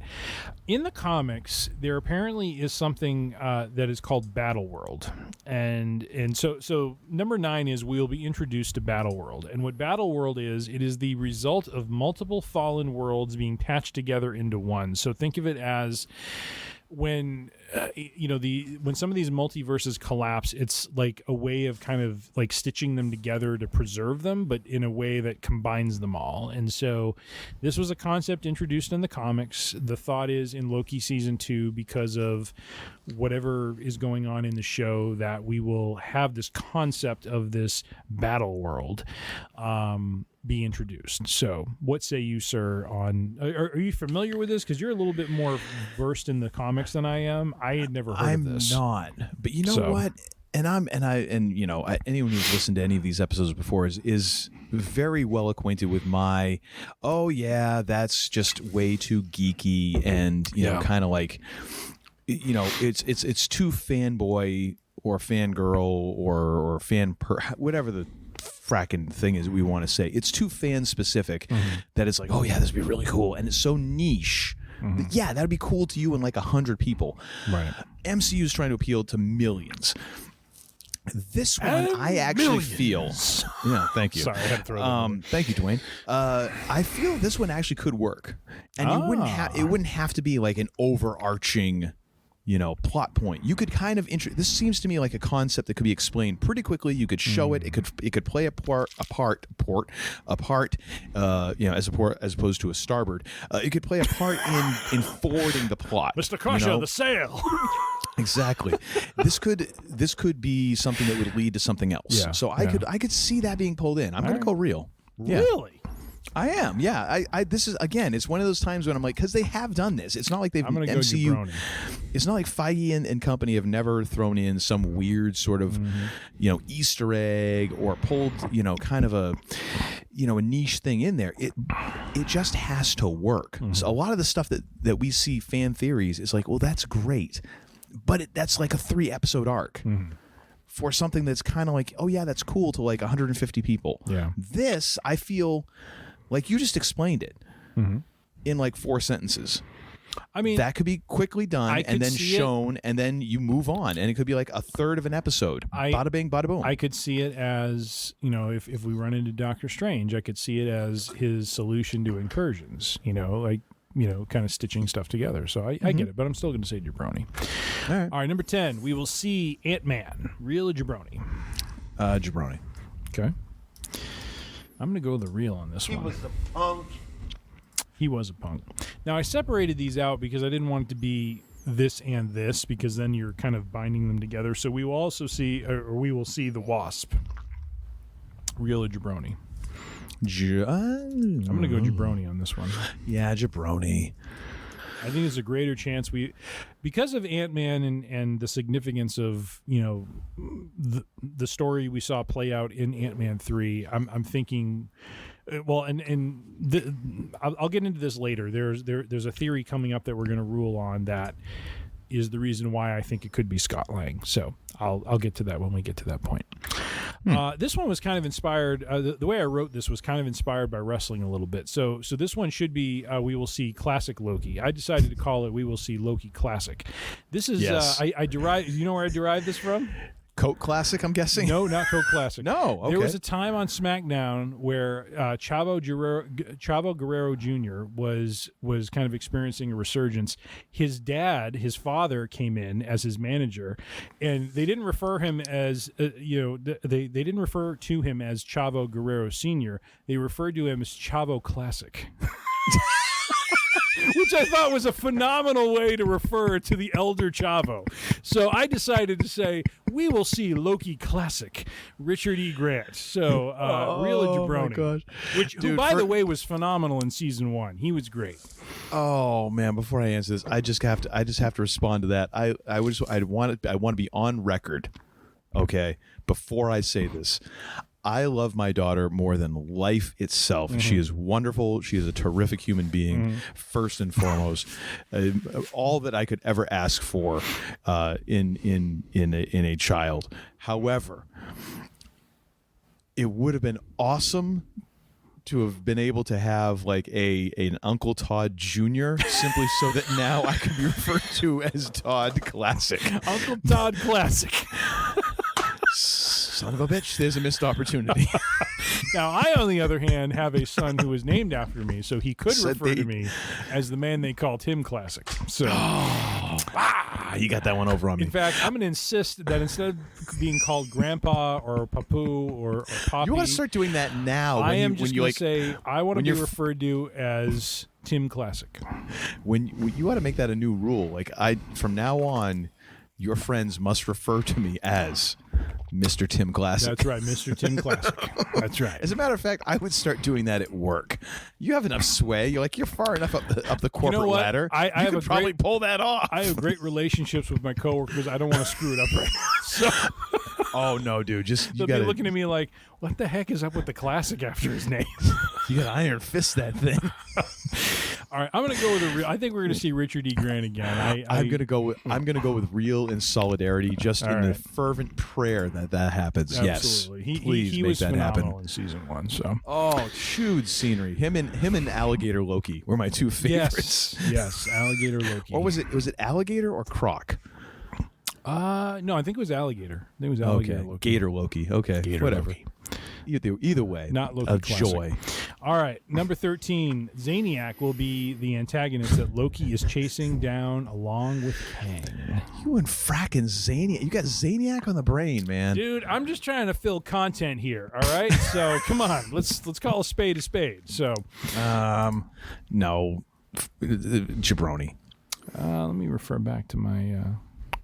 Okay, yeah, I said Jabroni there. I gotta be consistent here. All right, I'm gonna say Jabroni as well. Uncle Todd says Jabroni on this one, so it's a push. All right, number 14. Now this is interesting because this does refer to events in the comics. Ravonna Renslayer. So if you remember, she was the. I'm trying to think. She was kind of the administrator or judge that was. Kind of coordinating, or running some machinations behind the TVA that was causing a lot of friction and strife for Loki, Sylvie, and Mobius. That she will be Kang's new love interest. And that actually plays into a storyline that happens in the comics where she does, in fact, become a love interest of Kang. So this would be Victor Timely, potentially Victor Timely, or maybe one of the Kang variants falling in love with her. What say you, sir? Or her falling in love with him? You've answered first a lot. I'm going to go the real on this one. I'm going to go the real. Come on, man. I don't know enough about it. If it's got some comic legitimacy, I'll take a flyer on this one because it could be an interesting wrinkle because it could. It helps flesh out Loki. Kang as a character. Wouldn't it be friggin' absolutely bat spit insane if like somehow they managed to recast Kang, digitally replace him throughout the entire series without anyone knowing? I would. Like season 2, episode 1, boom! Instead of what's his face there, was it Jonathan Majors? Jonathan Majors, yeah. Instead of him, all of a sudden it's like, I don't know, freaking Tom Cruise or something. Be like, so what? Tom Cruise? What the heck? I don't know, just because he's been rumored so much. Like, oh no, he's gonna be an alternate Tony Stark or something. He is gonna be a Tony Stark. That'd be the way to throw him. He's like, no, he's Kang. Maybe he's Mephisto. He believes in aliens and everything. Tom so Cruise this is like this is method acting for him. He's been working on this his entire life. All right, number 15. As we saw at the end of season 1, the TVA has several statues in honor of Kang. This one is the TVA will rise up and overthrow Kang. Real or jabroni?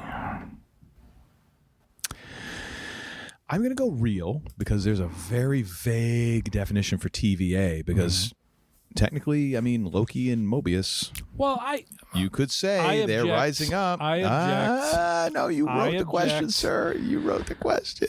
I did write the question. I'm going to define the question. The TVA is a collective. No, you didn't time it. The TVA, as defined by season 1, is the collective group of people who are working in this. Uncle Todd, I don't know how to say this without it sounding awful, but don't. Uncle Todd is shaking the toilet pipe thing at me. It's very disturbing. Good God. All right. The TVA will rise up and overthrow Kang. I think this is more of a function of what Mobius and Loki do, and I am going to say jabroni on this one. I don't think this show is going to be about that. I don't think it's going to be about the TVA overthrowing anything. I think it's going to be about you just don't Loki. like to have any fun. Well, I want to score points. That's what I'm interested in doing, is scoring points.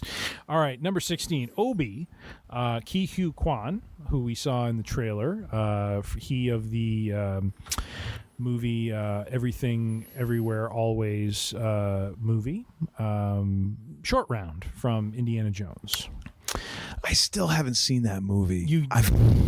I know. I'm so fracking far behind. The problem is, folks, we got to stop recording. Go watch that show Go watch that movie right now, sir. Come on. So here's in my own defense. Here's the problem. Oh, good God. My time watching TV winds up being these weird hours when I can't. It's not like I can have it full volume and really get the full sense. Like subtitles.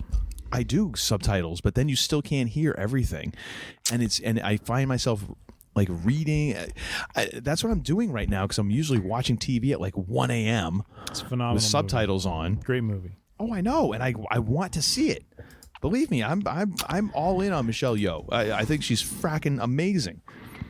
Well, this real jabroni is Obi will have an instrumental part in Loki thwarting Victor Timely's plans. Real or jabroni? Real. All right. Number 17. Wait a minute. What are you saying? Oh, sorry. I'm saying sorry. I'm typing it and I know what I said, so I'm not saying it. I also said the real on this one. He knows that I'm watching the video and I'm not actually watching the thing. He can type anything he wants. Basically. No, I apologize. I said the real on this one as well. So we are a push on this one. Number 17. Victor Timely, we find out, is the original Kang, who I believe is called Nathaniel. What was it? How do you spell that? And that's a very odd last name. Hold on a second. It's a lot of A's and an H. Maybe a U or something in there. It's like DAAAAAAAAUGH is I'm guessing. Hold on. Sorry, I'm trying to look back at the. I'm guessing. Okay, ladies and gentlemen. So I just want to chime in here while Tim is doing some research. I'm guessing that the man they call Tim has been tallying up some of his Ahsoka reel and jabronis, and is realizing that maybe I'm ahead in that one because he's taking this awfully seriously right now. He is looking to score heavily on this one so that he can maybe break even. Or I don't know. Or maybe I'm just like leading you to believe that you're doing better than you really are. At this point, that could possibly, it seems like life is doing that to me lately. Thus the dumpster fire. Oh, you feel nice and warm? That's because flames are licking at your left butt cheek. Oh, good Lord. And the right ain't far behind. Nathaniel Richards is his name. We waited all that time for Richards. Okay. Well, I want to make sure I'm being accurate. Oh, well, and you know what? And God bless you for that. Victor Timely is the original I'm just a wise King, ass. Real Jabroni. I'm a terrible, terrible human being. That's what it comes down to. I'm just, you know what? Damn it. I'm going to say the real on this one. You know what I am? Mr. Lightning Round over here. Just a punk. That's what I am. You are.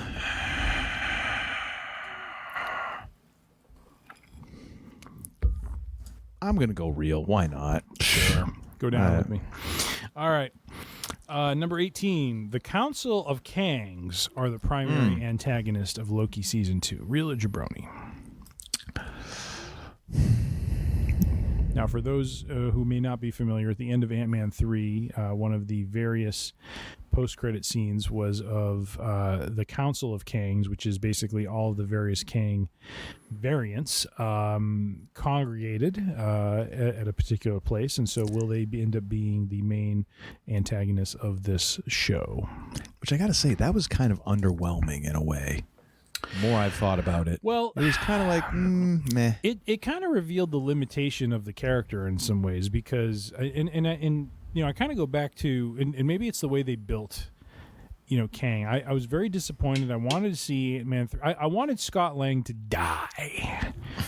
I wanted there to be some real, like... Don't you know Paul Rudd is never going to die? Paul Rudd is eternal, sir. I hate to tell you. Are you saying Paul Rudd's an eternal? Is that what I just heard? He might be. All right. Outside of the MCU. All right.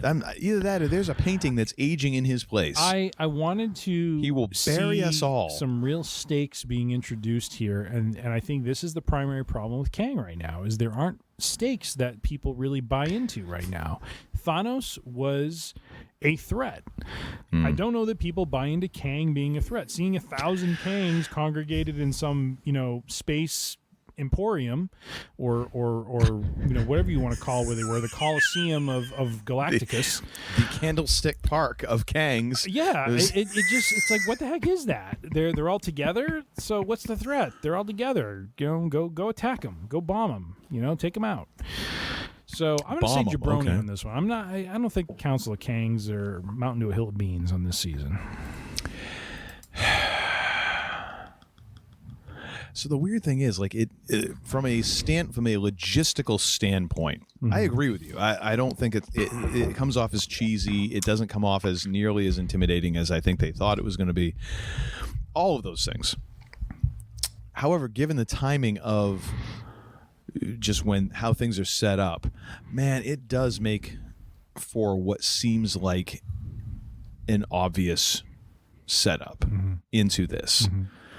And I hate that because I don't want to see it. But crap, it feels like that's what they're doing, setting it up on a tee. I'm gonna go real. Ah, interesting. And I'm gonna hate myself if I'm right. All right, number 19. Loki and Sylvie prevent Victor Timely from achieving something that allowed Kang to traverse the multiverse. So the point behind this theory is that Loki and Sylvie somehow thwart Kang. Now, this has kind of a ripple effect, though, because if they do this, then how does Kang ever become Kang in terms of how he, kind of dominates the multiverse? So I'm actually going to go Jabroni on this one. I don't think... Wait a minute. Explain what they do, though, because that's... Well, it's how, like... The implication would be, I guess, in this theory is that Victor Timely somehow comes up with a key part of what allows Kang to travel time and space and be able to go from one universe to another. Okay. And Loki and Sylvie end up putting a wrench in those plans, and basically stop him. But that has a cause and effect sort of thing, which is if they do that, then Kang should never become a threat then. So that's why I think this in the time heist. Go ahead. What's that? Didn't they cover this in the time heist or the Back to the Future is bulk thing? I don't know. I don't know. I'm gonna go Jabroni. I'm going to go Jabroni because I don't understand it. It feels too well. Yeah, no, it's fair. It feels too complicated to me. You know what I mean? Like I don't see how this theory could be, because if you basically stop him from achieving something that allows him to become who he is, then he should never become. Right? Sure. In theory, right? You stop the cause, then there's no effect. So, all right, number 20. Loki's multiverse jumping causes an incursion. I said and here. Should be an. So You are worse than Hulk thank Hogan. you. When you see the trailer, Loki starts doing some weird sort of wigging out routine where he just kind of like jumps to another multiverse. So the theory here is that he is actually one of the causes of incursions because of the jumping that he does. So in theory, he doesn't realize it, but he learns over the course of the season that he is actually doing damage to the multiverse. I'm going to go the real on this one. Because it causes him to make a choice at that point. He's got to stop doing whatever he's doing. Maybe he doesn't control it, but whatever's happening with him is causing a problem. So I'm going to say the real on this one. Yeah, I'll go real. All right. Anything that puts Loki in an ethical dilemma is going to be just grist for the mill for Tom Hiddleston. So I'm all for that. Indeed. Watching him grapple with existential threats. And so I just want to let you know. So there's a cup over here on my workbench that's holding some paintbrushes and stuff. And I looked over there and I was like, oh, there's a dead spider hanging there. It's gone now. So that sucker's alive and roaming at large somewhere. Good. In my recording setup right now. I hope he sneaks up on you and lays into you.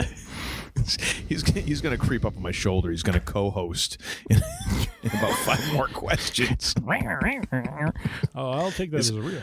All right. Is that a sound a spider makes, like a cat? I don't know. I was just making up a sound. Who knows what a spider sounds like? Got a couple doubles in me, my man. You know what I mean? Couple double. That's at least 3 doubles that I've seen. I don't know what you were doing during the bathroom break. Are you seeing one or are you seeing 2 of me? Because that could also influence the math a little bit. And we all know how Uncle Todd does with the math. So no comment. Yes. All right, number 21. Gosh, we're only at 21. King Loki, a variant, will be an antagonist during the season. And the context for King Loki is Loki has met several variants of himself throughout season 1, which were different versions of him, which were changed from the one and only Loki that we all know and love. Let's see, kill Thor. All right. Well, it's obvious to assume that Kang himself will be the season's big bad. There is a Redditor who believes it'll be Loki himself. That is King Loki, a variant of Loki who killed. Here's what's interesting: the King Loki killed the Avengers and became king of planet Earth, even killing Thanos and taking the Infinity Stones for himself. So will we see this variant of Loki in Loki season 2, King Loki, who is essentially someone who succeeded in the plans that he set out to dominate Earth and essentially own all of the Infinity Stones? Well, so that's 2 different questions, right? Because you have it as seeing him, but King Loki will be an antagonist. The statement here is King Loki will be an antagonist during the season. Real or Jabroni? I'm going to go Jabroni, not because I don't. It's an interesting idea. I think it could work in passing, but as far as that being like the antagonist or even an antagonist, I don't know necessarily how you pull that off. Yeah. You know what I mean? I think it could be an interesting thing for Loki to see, like, hey, this is what could have been, and to see that particular reality. Yeah.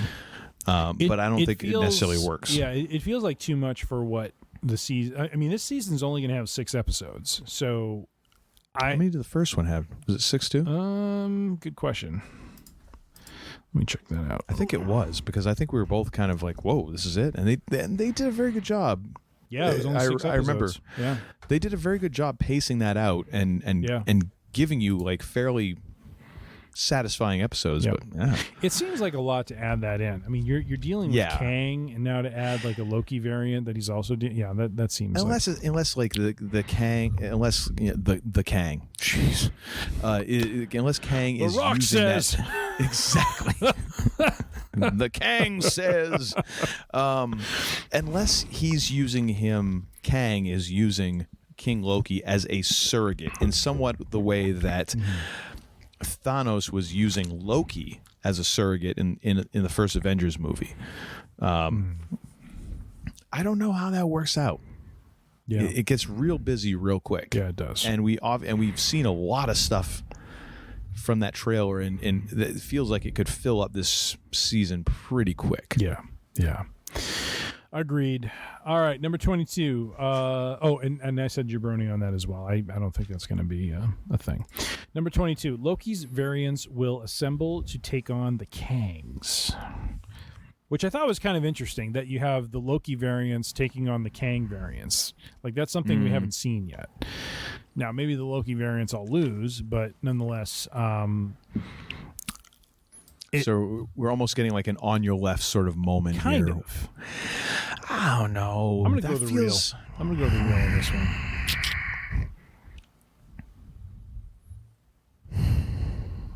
Gosh. Say jabroni. You know you want to say jabroni. I do, but at the same time, I kind of want to see it. So I want to say it. I want to say it in a hopeful way, because I think that could be kind of interesting. I think they would. I think they get demolished. I'm going to go jabroni. Thank you. All right. Yeah. Shake the toilet. Shake hotta, boy. Shake hotta, boy. Number 23, Mobius is revealed. By the way, that's a Simpsons reference before anyone freaking gets upset. I just want to state that for the record. That is a well-known Simpsons reference. Is it? Is it really? It is. Okay, good. How many shows have done, shake hotta, boy? I don't know, but I don't want to know what other reference, how else that could be taken. All right, all right. I'm getting very uncomfortable with some of these things. Number 23, Mobius is revealed. I get itchy around the nippular area when that happens. Thank you for that. Number 23, lightning round boy. Mobius is revealed to be a Loki variant, real a jabroni. Jabroni? All right. I'm going to go jabroni as well.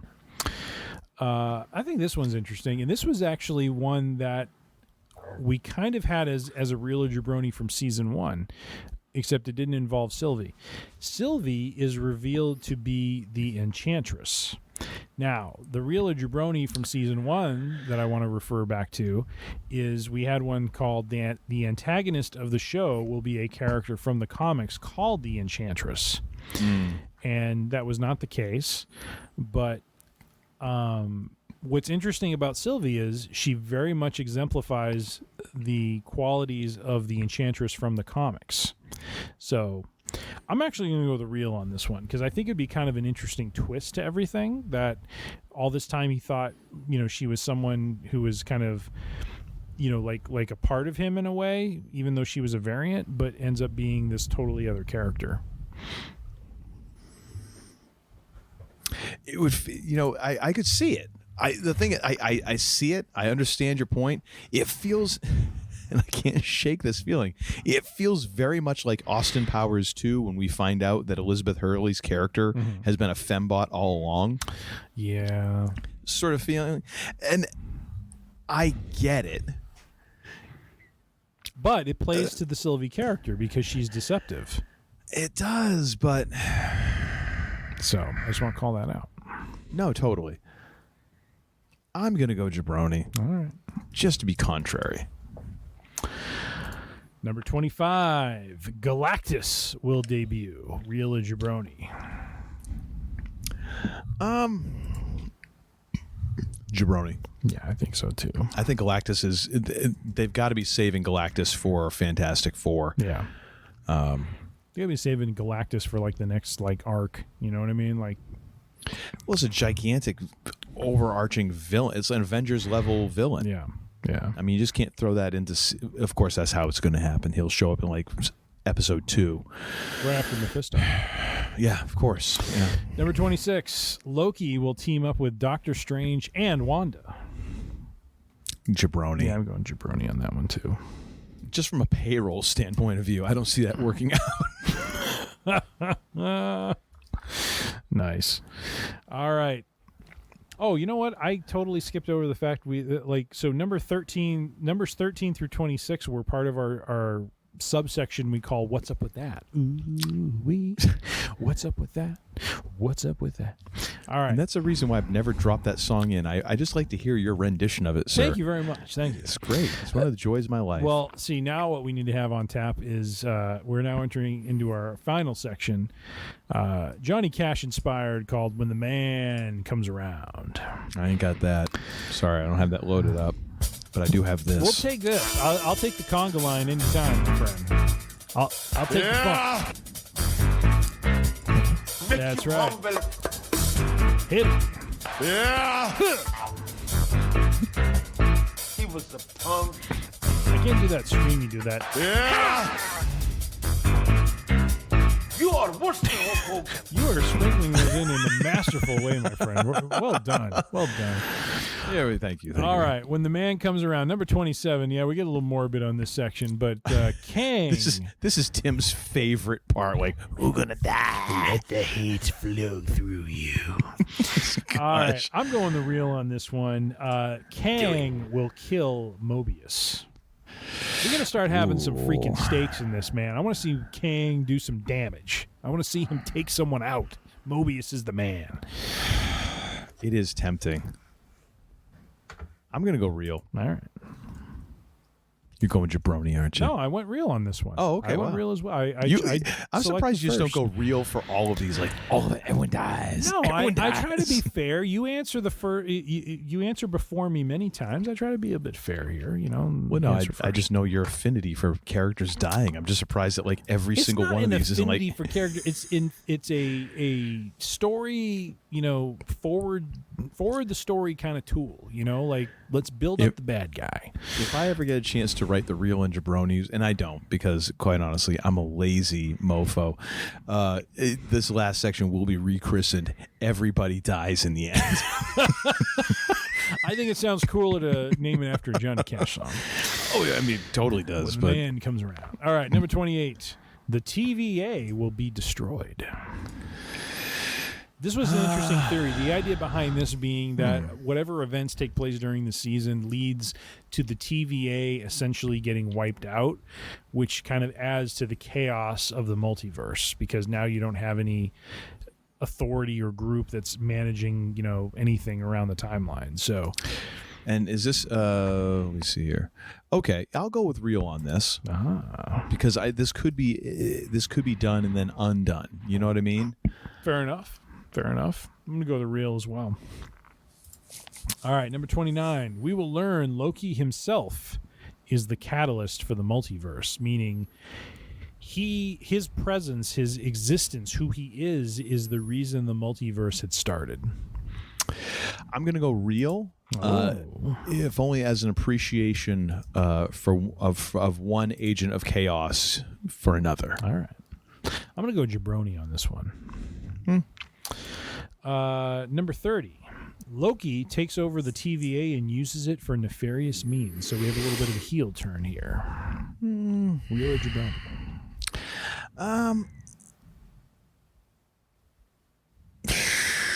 No, because I don't know that Loki makes it out of season 2. Ooh, that isn't actually one that we put in here. Very interesting. I know. I'm very shocked that you didn't do that. Well, you stopped at Kevin McHale. You didn't go all the way to Larry Bird. If you kill off Loki. Well, that's the interesting part. You bring back Loki Classic. Is what you do. How do you do a movie called The Search for Spock when that dude's dead? Well, obviously he's not dead. I know, but still. Sure. Yeah. Seen, felt, smelt, and dealt. All right. Number 31. Loki will warn the Avengers. I didn't say anyway. Loki will warn the Avengers in the main timeline of Kang. So the theory here being Loki at the end of season 2 makes his way to what we recognize as the main timeline, what we're familiar with, to warn the Avengers about the threat of Kang. This is the theory I was talking about that led to me saying the real for Scott Lang, that I feel this could be a case where Loki finds Scott Lang, who has dealt with Kang already, and he, is revealing to him that, that there is a larger threat in Kang the Conqueror.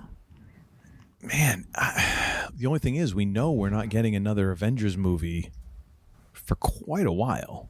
Well, no. Coming up soon will be Avengers: The Kang Dynasty, followed by Avengers: Secret Wars. Yeah, but when is soon? Like, it feels like that's a long... Writer's strike is going to dictate that one, my friend. Well, you got that one right. And for the record, we are in support of the writers. This is not a complaint on our part, so I just want to make it clear on that front. Fine watching reruns as long as some folks get paid. Little snug on the writing. All right. Just want to make that clear. I'm going to go Jabroni. I just don't... I don't know if I see that one.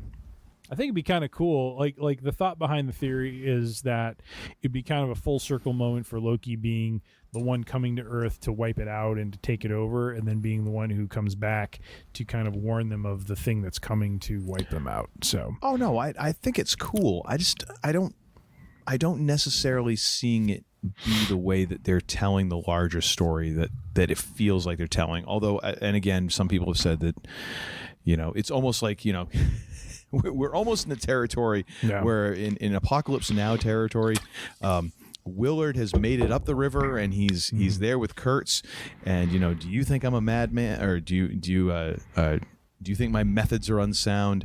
I don't see any method at all, sir. Which is a sentiment that I think a lot of MCU fans have for what we've seen in the last couple of phases here. Is I don't see what the method is here. But I don't see this being the way that they go. Yeah. I don't know. It would be cool, but I just don't see it being the thing. Fair enough. And our final real or jabroni theory, Loki Season 2 will conclude with events or impacts that will lead directly into 8 Avengers. Whoa, no. You added it directly in there. That will lead into. You're going to lead directly. Is it directly or is it just into? I'm adding directly right now. I don't think it's directly. All right, I think I'll be fair. I won't, pull the old switcheroo. I'll take it out. Oh, what? Like I have? Is there an insinuation? You switched your answer, man. You switched your answer. No, I asked for a rule change, and you're welcome to use that mulligan going forward as well. I didn't say I'm staying pure, this baby. one time. I'm staying pure. I'm saying that, like, going forward, if you get to a point where you're like, oh, I just painted myself into a corner. All right. And you know what? You can even say this could be every 3 real or jabronis. However you want. I'm leaving it up to you to challenge the frequency. I'm just saying, I felt that was a big enough occasion to use my one mulligan, whatever frequency that might be. All right. Okay. Loki Season 2 will conclude with events or impacts that will lead into Avengers: The Kang Dynasty. Real. I mean, I think it kind of has to, right? I don't know. Does it? You always wanted to write for the Twilight Zone, didn't you? I actually did. All right, I'm going to say the real as well. Fine. Oh, good God. Fine. Look, I twisted your fracking arm on this one. Did. Okay. Jeez. All right. Well, so endeth the 32 theories that we have here. All right, my friend. Bottle of bourbon on the line. I'm losing. Oh, wow. Can already feel a little confidence from the gallery here. I feel it. You don't feel like you've adjudicated well? You don't feel that it's going to get ruled in your favor? You got to bring the funk. Damn! You're wrong. You're wrong. Little Bernie. Damn! Little Ron and Bernie. Do it. Do it. Gotta work Shiv in there somewhere, huh? Uncle Todd is just a master artist of the sound clips here. Yep. Oh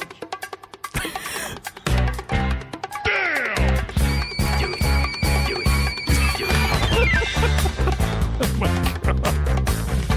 You're wrong. Oh, folks, we've lost control.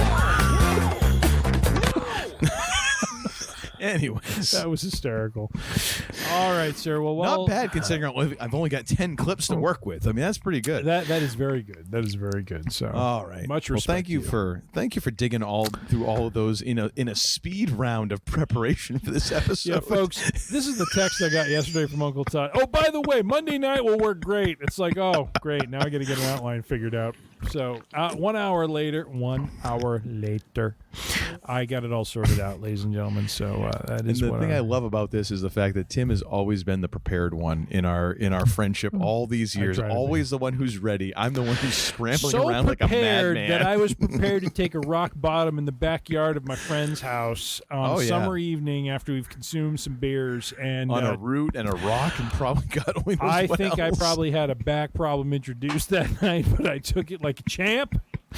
As you one went high for it. Should. You did. You left your feet completely. Oh my God! I wanted to sell that one. I wanted the people to believe, and they did, and they believed when I was yelling in agony afterwards. It just reminded me of that Mick Foley Triple H Untold, where he says, "I thought maybe I'm going to lose an eye, but think about the pop." Welcome into the sick mind of Mick Foley. Pretty much. And another thing. All right, sir. What do you have for and another thing this episode? My and another thing. I don't believe I've introduced this one before, but Star Wars Rebels. Maybe this is one you've brought into the fold, but I don't know if I've ever used that. I'm a latecomer to this one. This show has been out and in the kind of in the domain for quite some time. Just getting kind of caught up. I've been going through season 2. I was telling Uncle Todd how I've appreciated the BSG-like feel to it, especially in season 2 where they're kind of on the run a little bit. But this is a story, I think it's set about 5 years before the Star Wars A New Hope movie, the events of that. And so, follows the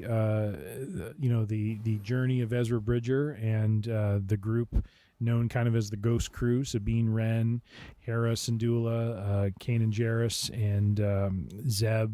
I can't remember his last name. Yeah, nobody can. And Chopper. And the fact that Zeb says Karabast a lot. So, but just a great show all around.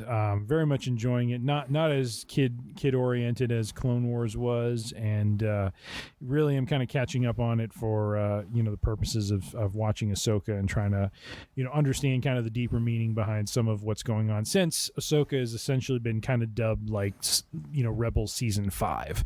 So if you haven't seen Rebels, I would highly recommend it. I'm like I said, I'm about halfway through season 2. Haven't seen all of the 4 seasons, but it is where Thrawn is introduced in the animated form, and I hear great things about it. So I would just highly recommend it, given what I've seen so far and what I understand the story being moving forward. Star Wars Rebels on the Disney Plus. What about you, sir? I've had a couple of different things that I was going to throw out for this. However, I saw something, heard something, not Smelled that something? long. Not that. Okay. No, the things I've smelled, although I made, I just want to say, I made tomato soup from scratch today. Nice. Oh, that was a smell. Very nice. There's nothing quite like starting out, like getting your, like the cast iron, like you were saying, the Dutch oven sort of thing. Yeah. You get that going with like a half a stick of butter and some onions, sauteing in the bottom of that, and just let that go for on like medium heat for like 10 minutes till they're kind of clear and soft, and that smell wafting out. Then you throw in a couple teaspoons of garlic. All right. And then let that. I'm booking a Southwest flight tomorrow over there.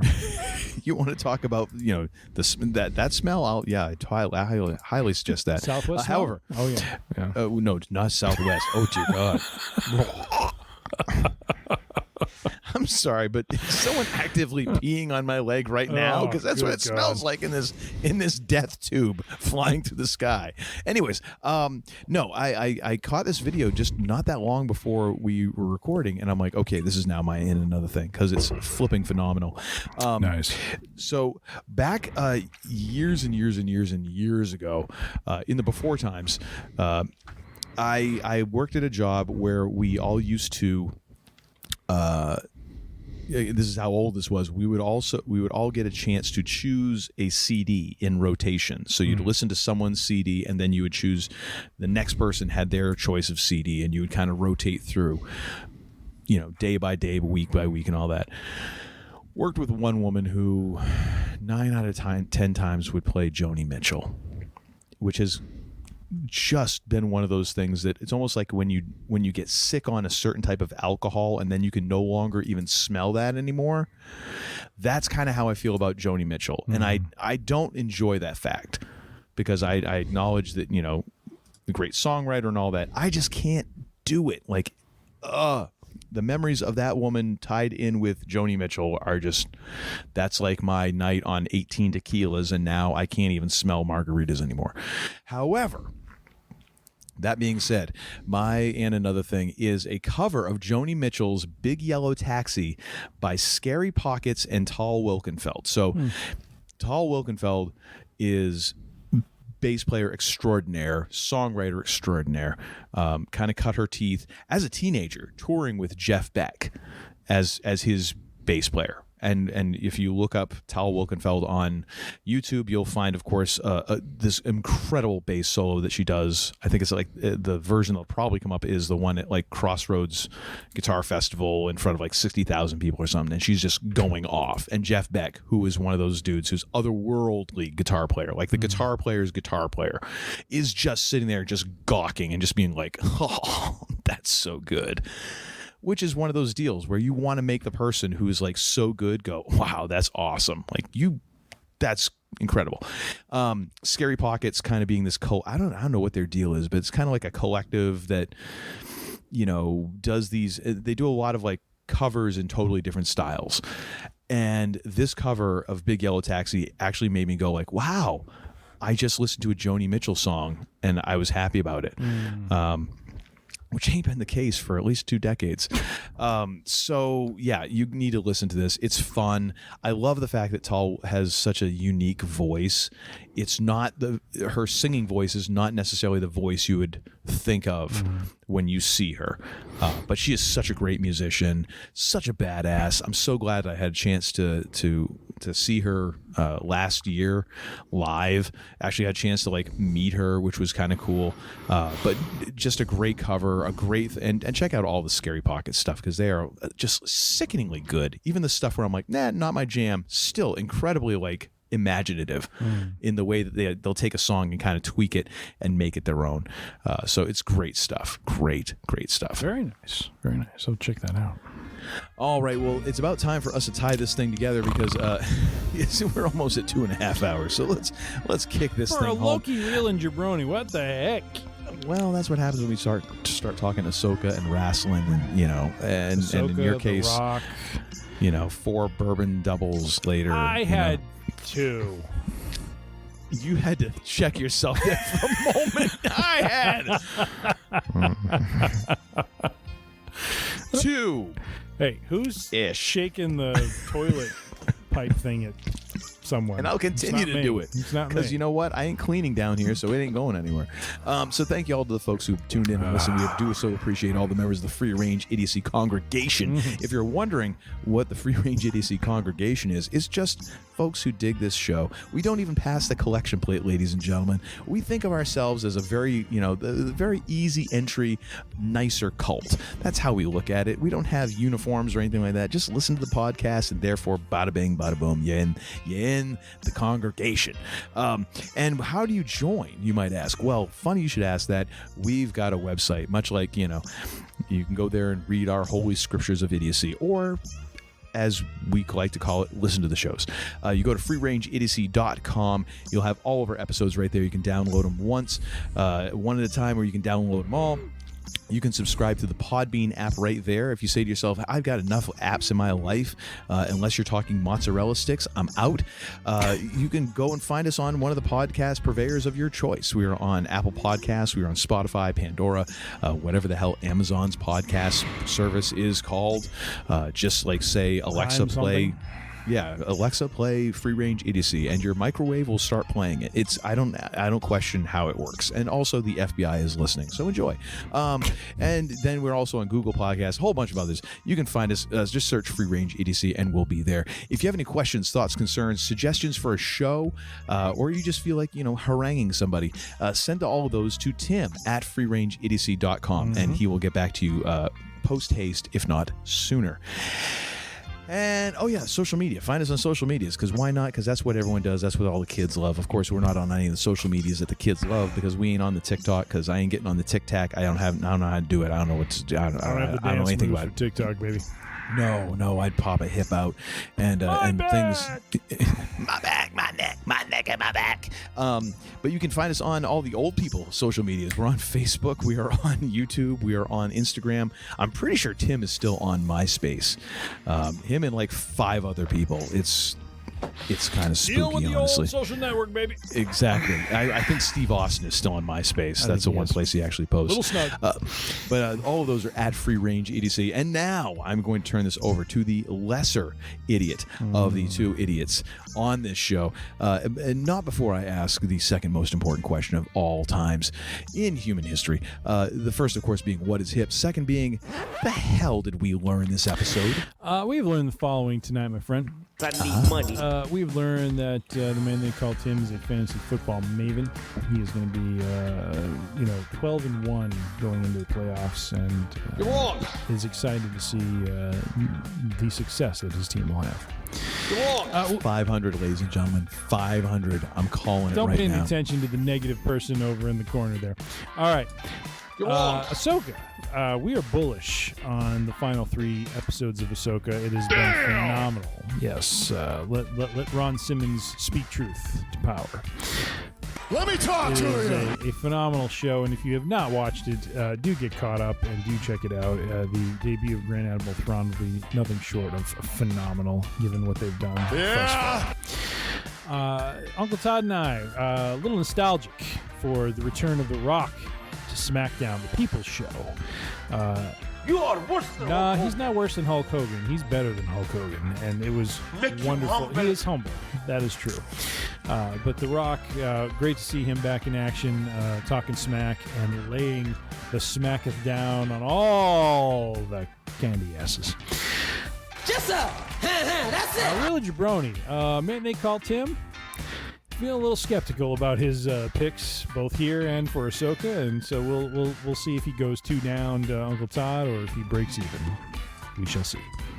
Yeah. And finally, most important thing we learned tonight is Uncle Todd wants to be referred to as Uncle Todd Classic as he gets older, and man they call Tim will accept that name wholeheartedly in favor of Grandpapa or any other sort of grandfatherly sort of name. Make you humble. That's right. It will make you humble. With all that being said, we thank you again for all the downloads, listenership, as Uncle Todd has mentioned. And as we like to close things up here at the range, you don't have to go home, but you can't stay here. So be safe, be healthy, be kind, be good to one another. And, hey, good luck, Godspeed, and we will see you soon. Like I picked the wrong week to quit drinking. I beg your pardon, what did you say? It's the best. Love it. You're such a disappointing pair. I prayed so hard for you. There is a point. Is there a point to all this? Let's find a point. I'd like to once again remind our contestants that there are proper bathroom facilities located in the studio. Yeah. We've got a real barn burner on our hands. In last place with negative $69. Oh, brother, Sean Connery. Negative $69. Okay, that wasn't your score. Well, 69 is how I scored with your mother last night.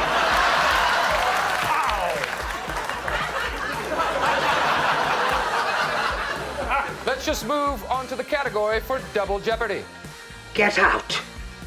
And don't come back until you've redeemed yourselves.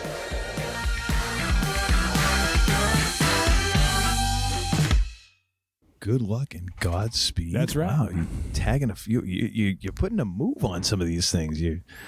Now you're riffing. I'm throwing Uncle Todd off here. It's short, it's sweet, it's to the point, and he's beside himself. It's like listening to Miles Davis in his prime, just riffing out here. Heebie-habadoo. What? I was trying to scat a little bit. Okay, Miles Davis was a trumpet player. I know he was a that, trumpet right? player. I was trying to do a little scatting, nonetheless. He didn't. I don't believe he ever sang nary a song. Okay, well, what do you want to do? I don't know. Actually, that was awesome. It's a little closer to reality. It was like a chihuahua with a funnel.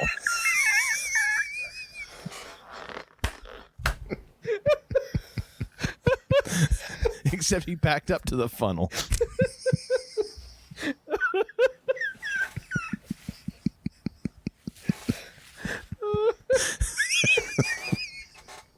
Oh my gosh.